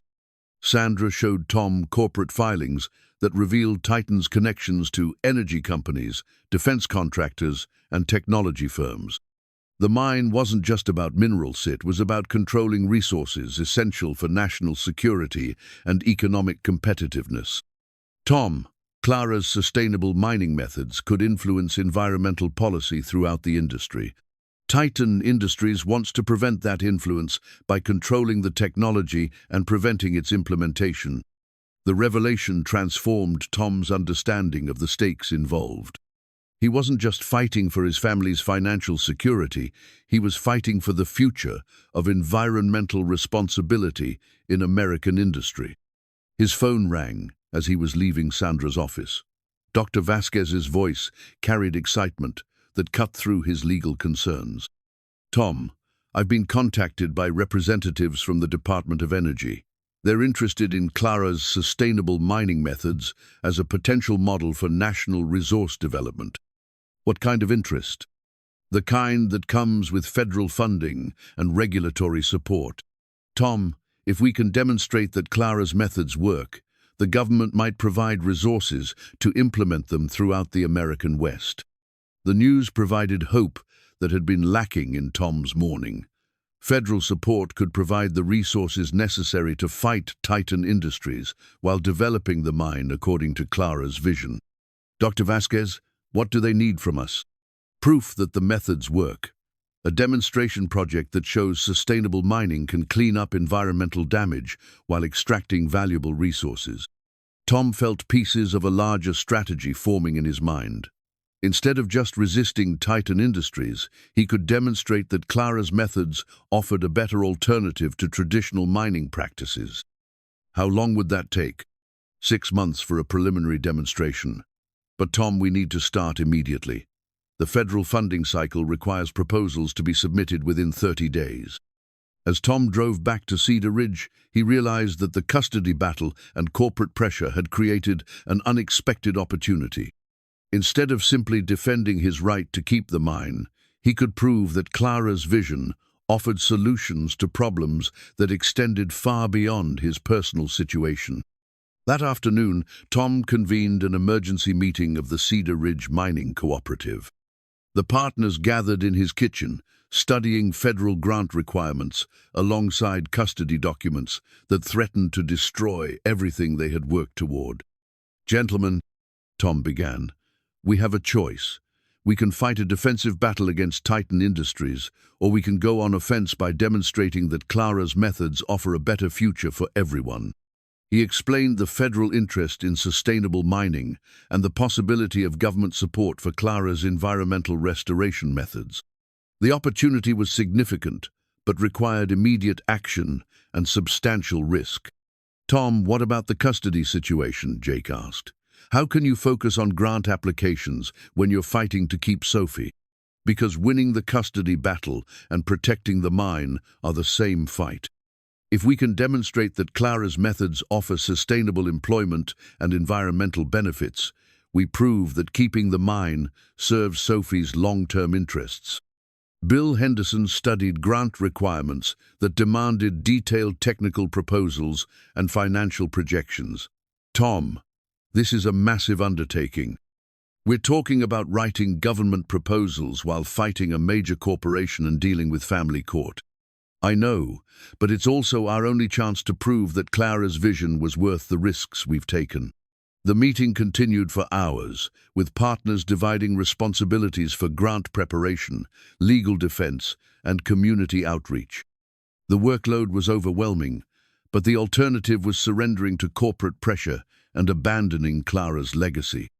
As the meeting broke up, Pete Kowalski pulled Tom aside. "Tom, my wife has been monitoring county records. Titan Industries has been challenging property assessments and mineral rights throughout the valley. They're not just targeting you, they're trying to force sales from everyone who might benefit from Clara's methods." The revelation confirmed Tom's suspicions about the scope of corporate manipulation. Webb's campaign wasn't just about acquiring one minate, was about preventing the development of technology that could threaten Titan's entire business model. "Pete, how many properties are they targeting?" "At least 12, all within a 5-mile radius of your mine. Tom, they're trying to control the entire watershed that Clara identified for environmental restoration." That evening, Tom sat at his kitchen table, surrounded by federal grant applications, custody documents, and Clara's research files. The complexity of fighting on multiple fronts was overwhelming, but the alternative was unacceptable.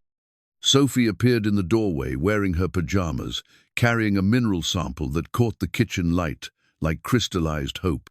"Dad, I heard you talking to the men about grants and federal support. Does that mean people understand that Aunt Clara's work is important?" Tom smiled, pulling his daughter close. "Yes, sweetheart. Important people in the government want to learn about Aunt Clara's discoveries. Are they going to help us fight the bad people who want to take our mine?" The question revealed how much Sophie understood about their situation, despite his efforts to protect her from adult conflicts. Her use of bad people suggested she had formed her own judgments about Webb and Titan Industries. "Sophie, they're not bad people. They're just people who think differently about what's important. But yes, the government might help us prove that Aunt Clara's methods are better for everyone." "Good, because I think Aunt Clara would want her work to help people, not hurt them." As Sophie headed to bed, Tom returned to the grant applications that represented his best hope for protecting both his daughter and Clara's legacy. The federal requirements were extensive, demanding detailed technical specifications, environmental impact assessments, and economic projections that would take weeks to complete properly. His phone buzzed with a text from Webb.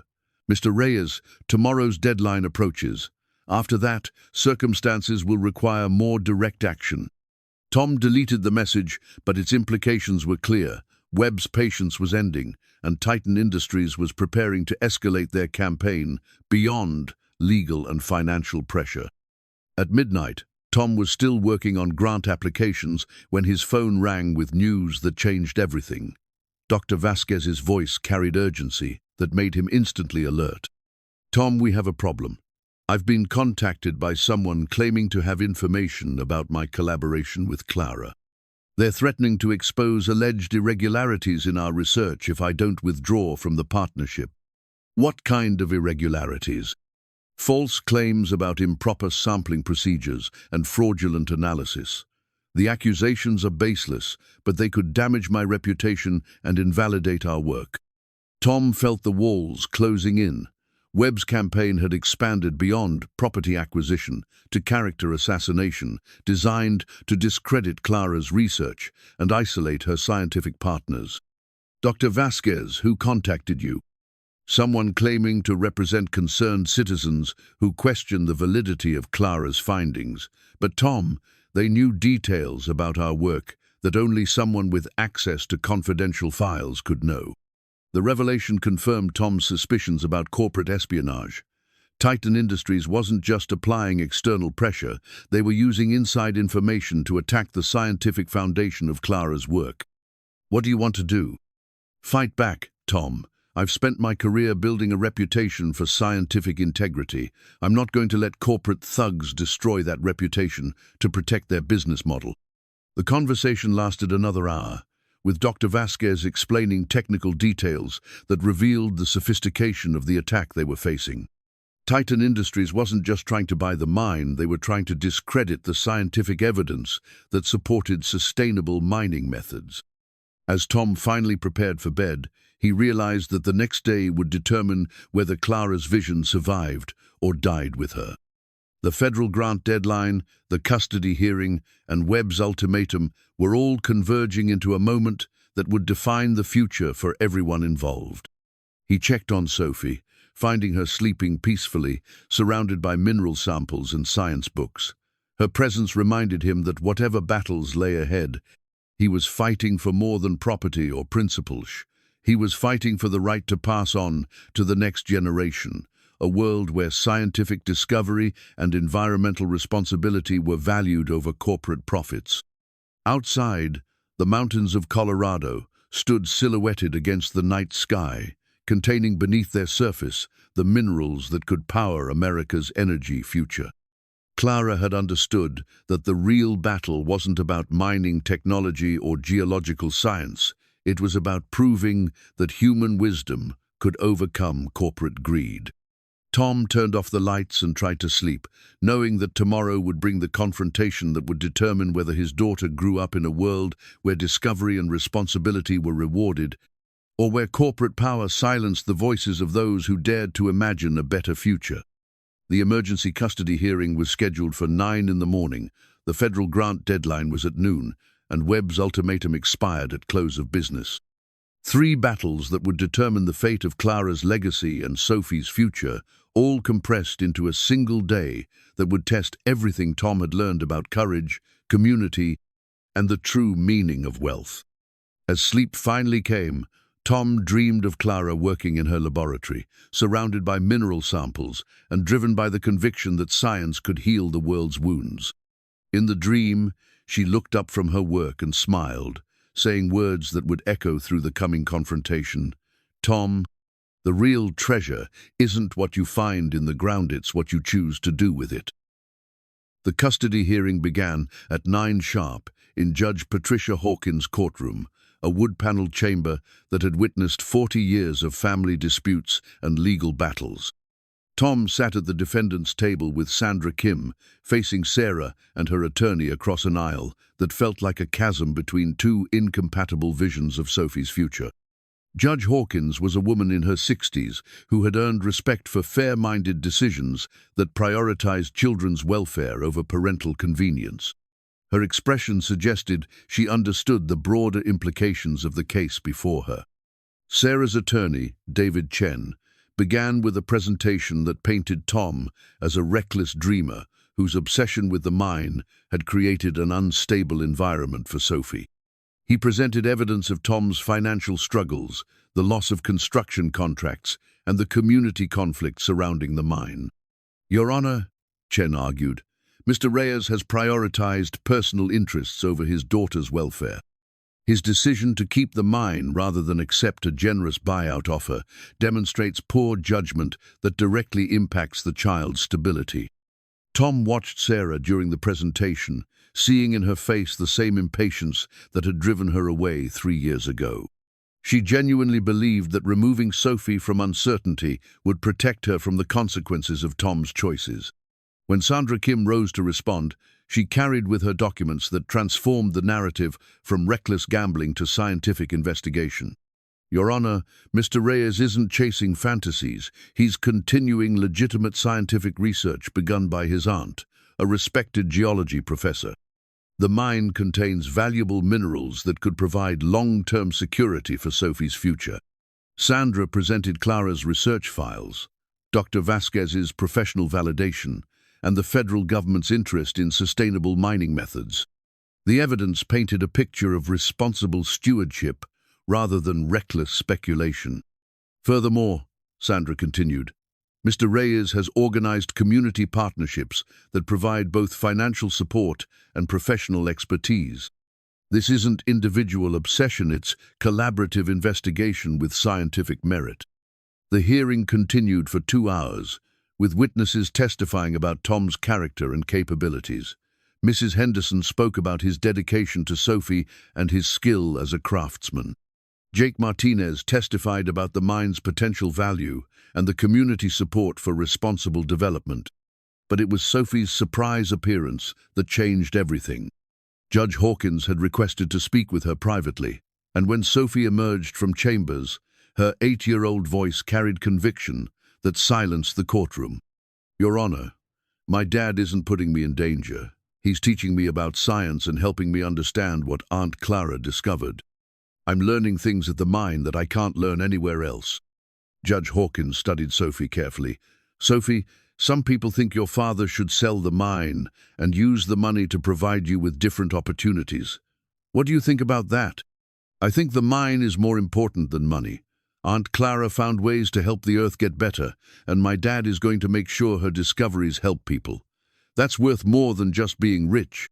The judge's expression softened as she listened to Sophie's earnest explanation. "Sophie, are you happy living with your father?"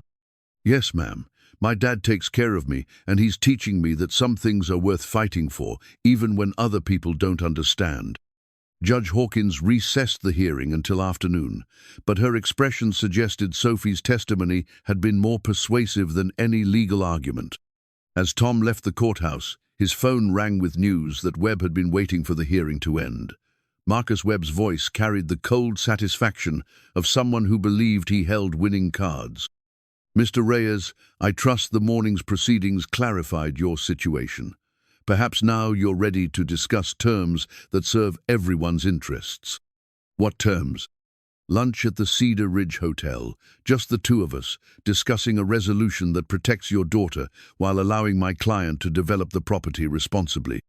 Tom agreed to the meeting, but stopped at home first to check on the federal grant application he had been preparing. The submission deadline was in 3 hours, and the application represented his best hope for gaining resources to fight corporate pressure.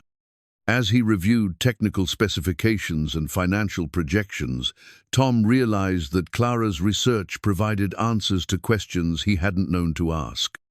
Her sustainable mining methods could solve environmental problems throughout the American West, while generating economic benefits for rural communities. His phone buzzed with a text from Sophie. "Dad, I put something in your jacket pocket this morning. It's for luck." Tom checked his pocket, finding a small mineral sample wrapped in a note written in Sophie's careful handwriting.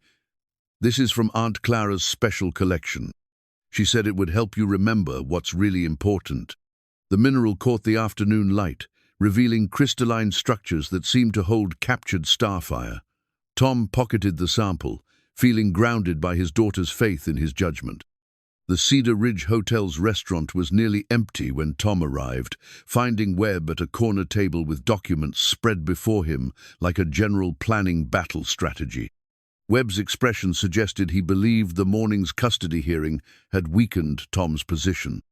"Mr. Reyes, thank you for coming. I trust today's events have clarified the consequences of continued resistance.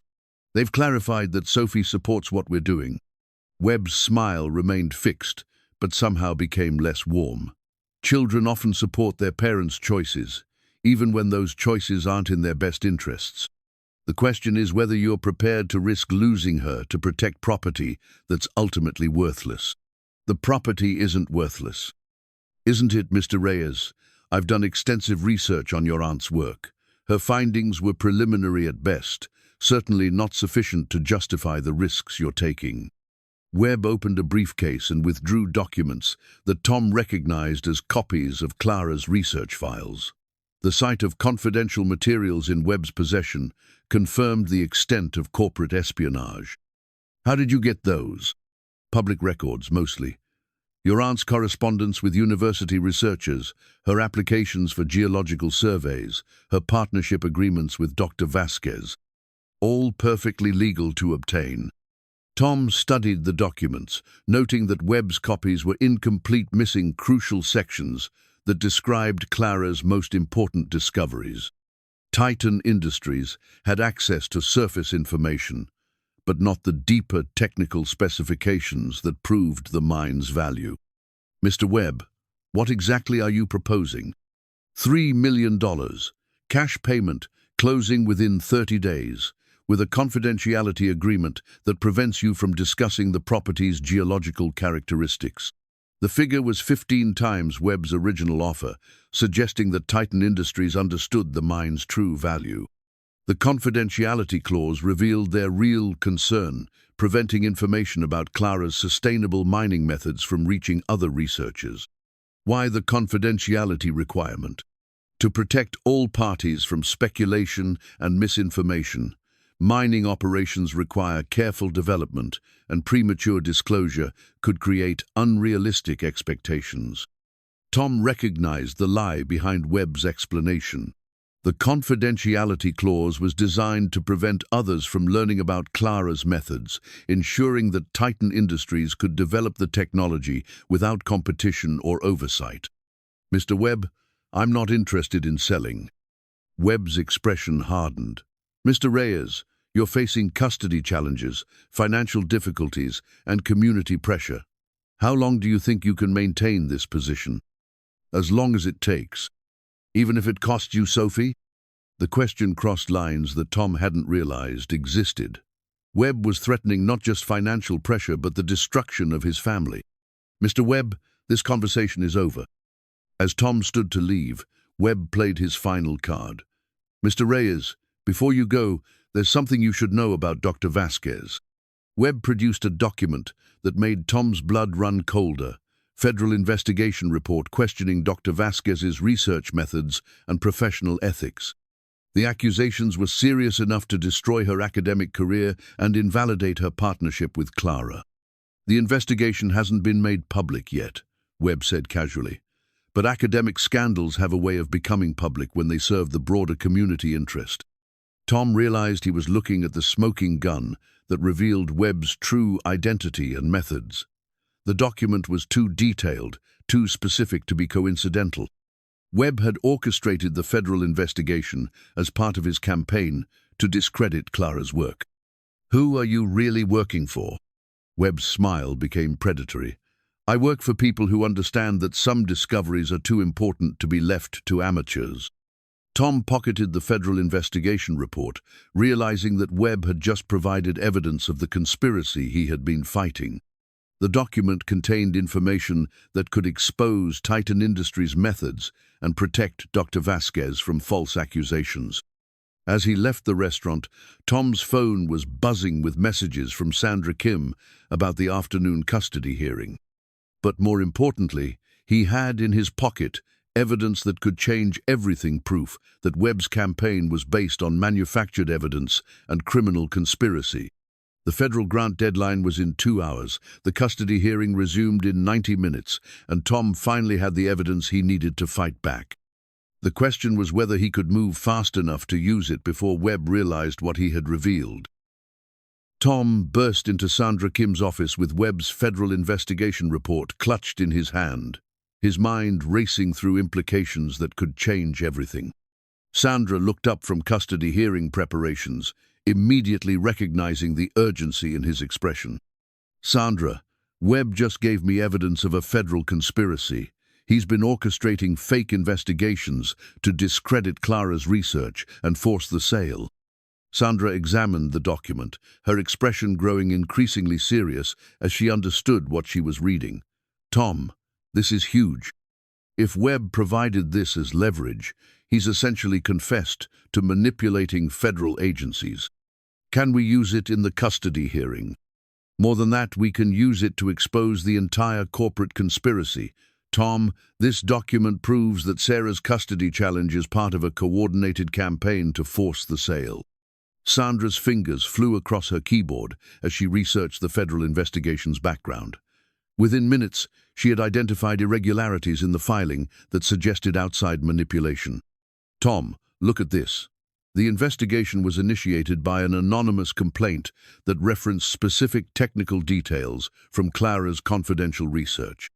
Someone with inside access provided information to federal authorities. The revelation confirmed Tom's suspicions about the scope of corporate espionage. Webb wasn't just applying external pressure, he was using government agencies as weapons against people who threatened corporate interests. "Sandra, how do we prove this?" "We don't have to prove it. Webb just confessed. By showing you this document and threatening to make it public, he admitted to orchestrating the investigation." Sandra's phone rang with an incoming call from Dr. Vasquez, whose voice carried excitement that cut through the afternoon's tension. "Sandra, is Tom there? I have news that changes everything." Dr. Vasquez explained that she had been contacted by FBI agents investigating corporate manipulation of federal agencies. The investigation had been triggered by irregularities in the complaint against her, research irregularities that suggested outside interference. "The FBI is looking at Titan Industries' methods throughout the region. Tom, if you have evidence of Webb's activities, they want to see it immediately." Tom looked at Sandra, realizing that Webb's overconfidence had provided exactly the evidence federal investigators needed. By threatening to expose a fraudulent investigation, Webb had confessed to orchestrating it. "Dr. Vasquez, we have evidence. Webb just provided documentation of his entire conspiracy." The next hour passed in a blur of phone calls and document preparation. Sandra contacted federal investigators while Tom submitted his grant application with minutes to spare. The federal funding opportunity suddenly seemed less important than the criminal investigation that could expose corporate corruption throughout the mining industry. At 3 o'clock, the custody hearing resumed with Judge Hawkins presiding over a courtroom that had filled with unexpected observers. Tom noticed several men in business suits who hadn't been present during the morning session, their presence suggesting official interest in the proceedings. Sandra rose to address the court with documents that transformed the hearing from family dispute to criminal conspiracy exposure. Your Honor, new evidence has emerged that reveals Ms. Reyes' custody petition is part of a coordinated corporate campaign to force the sale of valuable mineral rights. She presented Webb's federal investigation report alongside documentation of Titan Industries' systematic pressure throughout the region. The evidence painted a picture of corporate manipulation that extended far beyond one family's custody dispute. Furthermore, Sandra continued, federal authorities are now investigating Titan Industries for using fraudulent complaints to manipulate government agencies. The timing of this custody challenge is not coincidental, it's part of a criminal conspiracy. Judge Hawkins studied the evidence with the careful attention of someone who understood the broader implications. Her expression suggested she was shocked by the scope of corporate manipulation revealed in the documents. Sarah's attorney, David Chen, rose to object, but his protest lacked conviction. The evidence was overwhelming, and his client's timing suddenly appeared suspicious rather than protective. Your Honor, Chen said weakly, Ms. Reyes' concerns about her daughter's welfare are genuine, regardless of any corporate activities. Judge Hawkins turned to Sarah directly. Ms. Reyes, were you contacted by anyone regarding the timing of this custody petition? Sarah's hesitation answered the question before she spoke. I may have received some information about Tom's financial situation from concerned community members. What kind of concerned community members? People who thought Sophie would be better off in a more stable environment.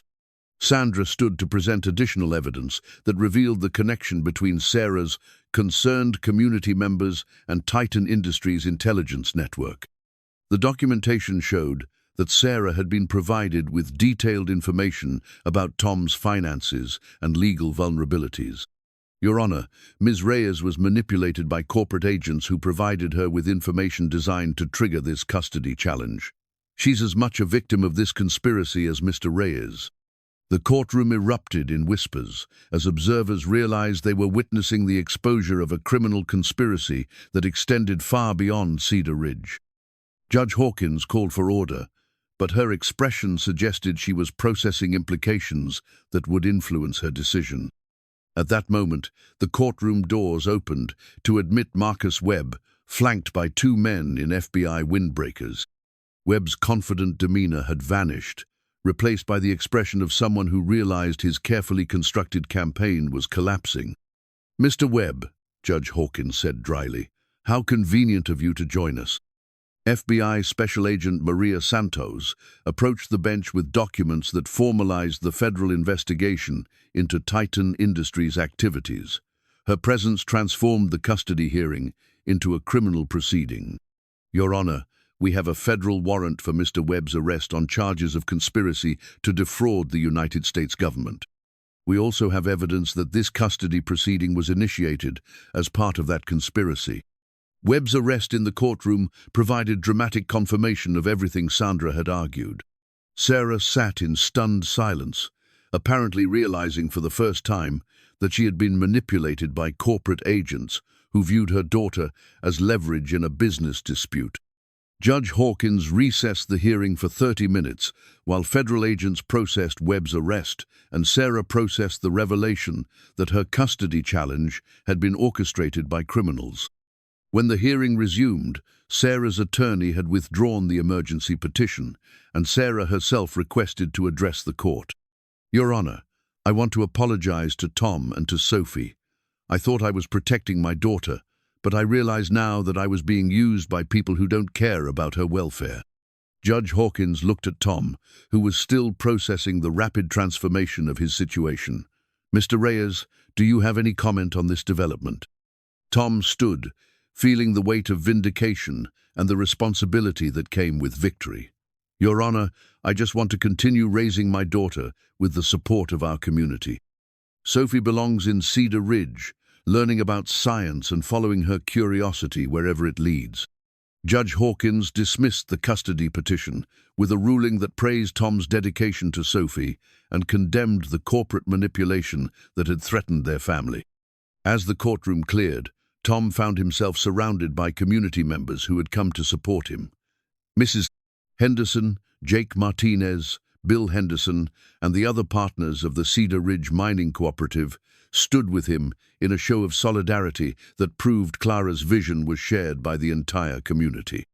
Outside the courthouse, FBI agents were leading Webb away in handcuffs, while Tom's phone rang with congratulations from Dr. Vasquez. "Tom, the federal grant has been approved. The Department of Energy wants to fund a full demonstration of Clara's sustainable mining methods." The news completed Tom's transformation from struggling handyman to leader of a project that could influence environmental policy throughout the American West. Clara's vision was becoming reality, supported by federal resources and community commitment. As Tom drove home through streets that looked the same but felt different, he realized that the real victory wasn't defeating corporate conspiracy or winning custody battlesit, was proving that ordinary people could protect extraordinary discoveries when they found the courage to stand together. Sophie was waiting at home, her backpack loaded with textbooks and mineral samples, ready to continue the work that Clara had begun. Her presence reminded Tom that the most valuable inheritance wasn't money or property, it was the responsibility to pass on to the next generation a world where scientific discovery and environmental responsibility were valued over corporate profits. The mine contained treasures worth hundreds of millions of dollars, but the real wealth lay in the community that had formed around Clara's vision and the future that Sophie's generation would inherit. Tom had won more than a legal battle. He had won the right to prove that some discoveries were too important to be controlled by people who measured value only in quarterly profits. As the sun set over the Colorado mountains, Tom felt Clara's presence in the growing darkness, her spirit vindicated by the courage of ordinary people who had chosen to fight for something larger than themselves. The mine would become a demonstration site for sustainable development, but more importantly, it would become proof that scientific discovery and community cooperation could overcome even the most sophisticated corporate manipulation. The battle was over, but the real work, honoring Clara's legacy and building the future she had envisioned, was just beginning. 6 months after Webb's arrest, Tom stood at the entrance to what had once been called Crazy Clara's Hole in the Ground, watching federal inspectors document the success of the first sustainable mining demonstration project in American history. The mine had been transformed from an abandoned eyesore into a showcase of environmental restoration and community development. Dr. Vasquez approached with a clipboard full of technical data, her expression radiating the satisfaction of someone whose life's work had been vindicated. Behind her, teams of researchers from universities across the country were studying extraction methods that could revolutionize the mining industry. "Tom, the final environmental assessment is extraordinary. The watershed contamination has been reduced by 60%, and the mineral extraction is exceeding all projections." Tom studied the reports that documented Clara's vision becoming reality. The mine was producing critical minerals worth millions, while simultaneously healing environmental damage that had plagued the region for decades. More importantly, the demonstration project had attracted national attention and federal funding that would expand sustainable mining throughout the American West. "Dr. Vasquez, Clara would be proud of what we've accomplished. She would be proud of what you've accomplished. Tom, Clara had the vision, but you had the courage to make it real." The conversation was interrupted by Sophie's voice calling from the mine entrance. At 9 years old, she had become the unofficial ambassador for the project, leading tours for visiting scientists and government officials with enthusiasm that reminded everyone why Clara had believed in the power of curiosity. "Dad, The people from the Department of Energy want to see the new extraction chamber, and Mrs. Henderson brought cookies for the research team. Tom smiled at his daughter's easy familiarity with federal officials and university researchers. The mine had become her playground and classroom, a place where scientific discovery and environmental responsibility were part of daily life. As they walked through tunnels that had been transformed from dangerous passages into state-of-the-art research facilities, Tom reflected on how dramatically his life had changed. The struggling handyman had become the director of a federally funded demonstration project that employed 37 people and generated enough revenue to support the entire Cedar Ridge community. The transformation hadn't been without challenges.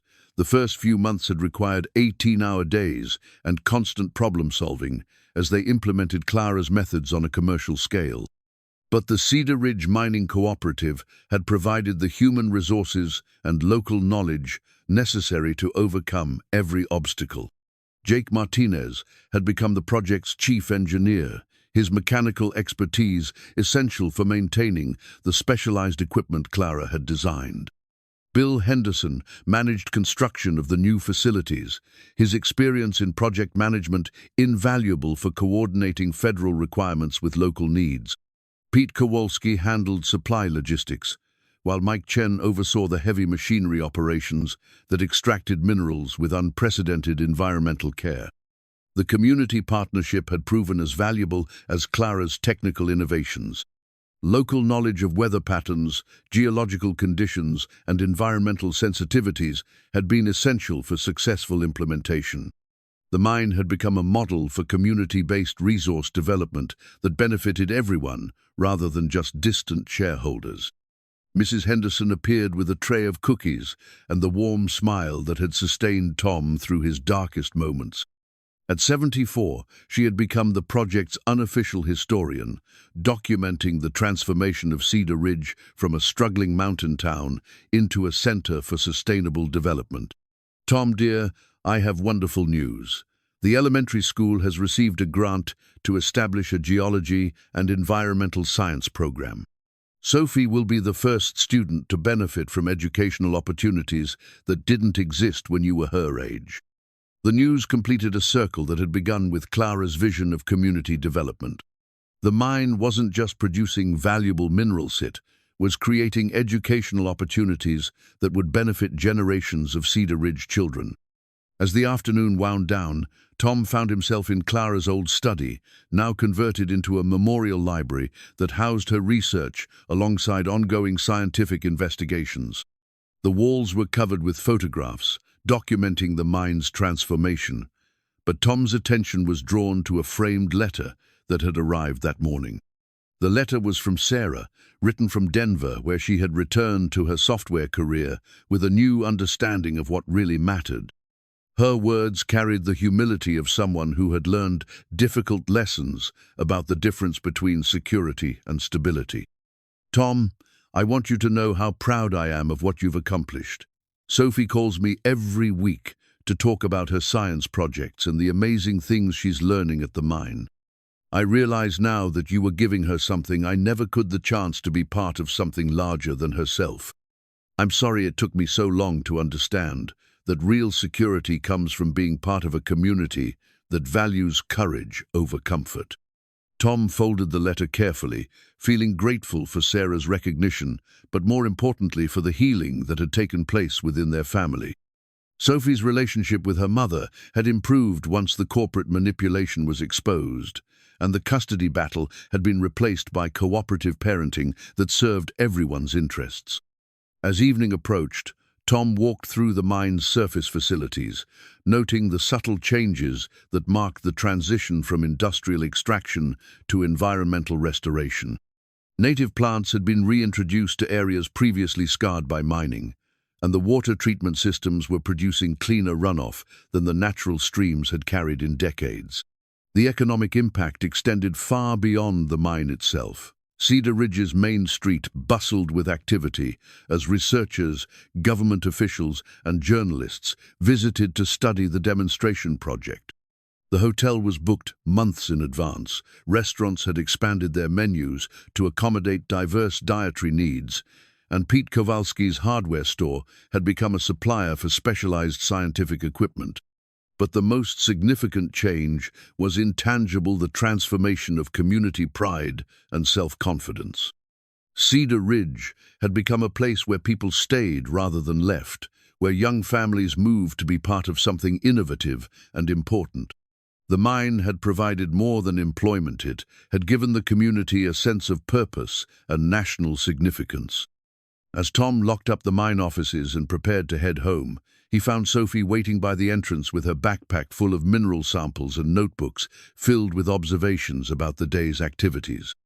"Dad, Dr. Vasquez says the next phase of extraction will reach the deepest mineral veins, the ones Aunt Clara marked with the most stars."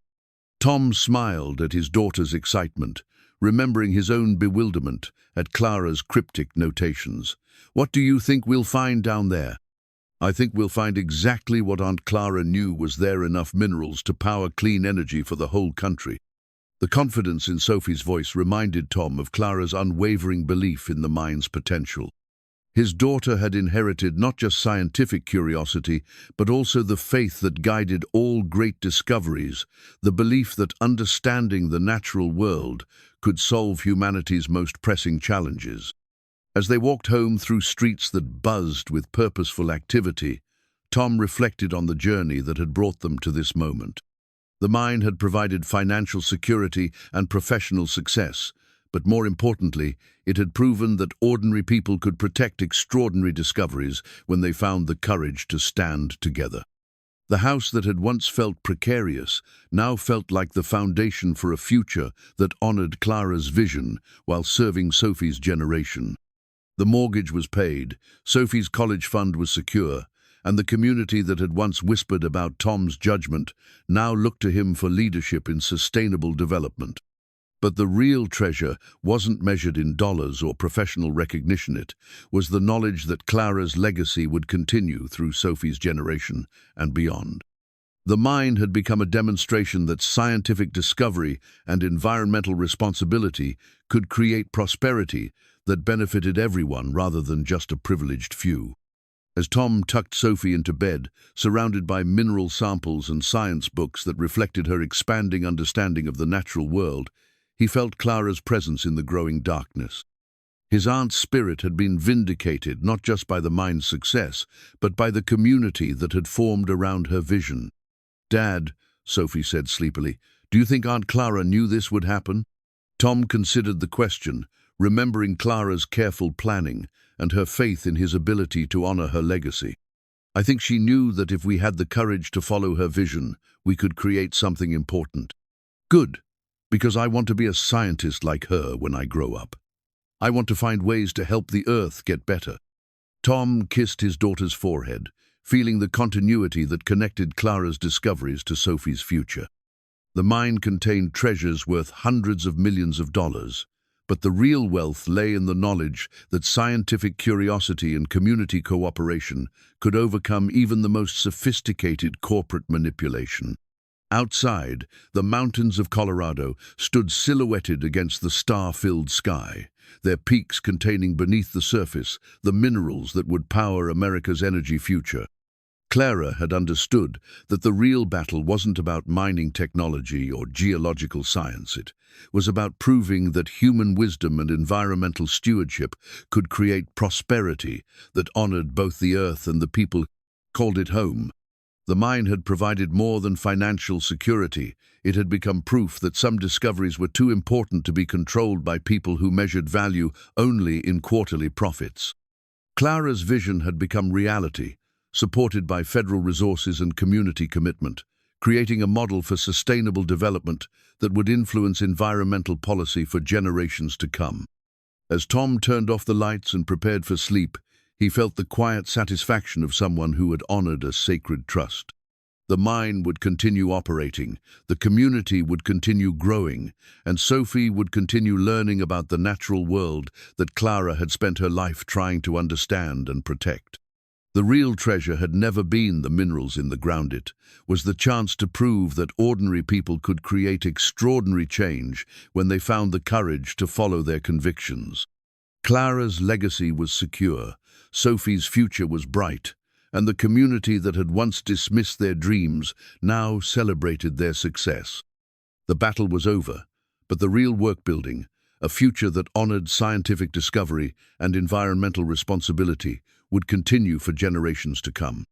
And in that continuity, Tom found the peace that comes from knowing that some fights are worth having, regardless of the odds, because they create a world worthy of our children's dreams.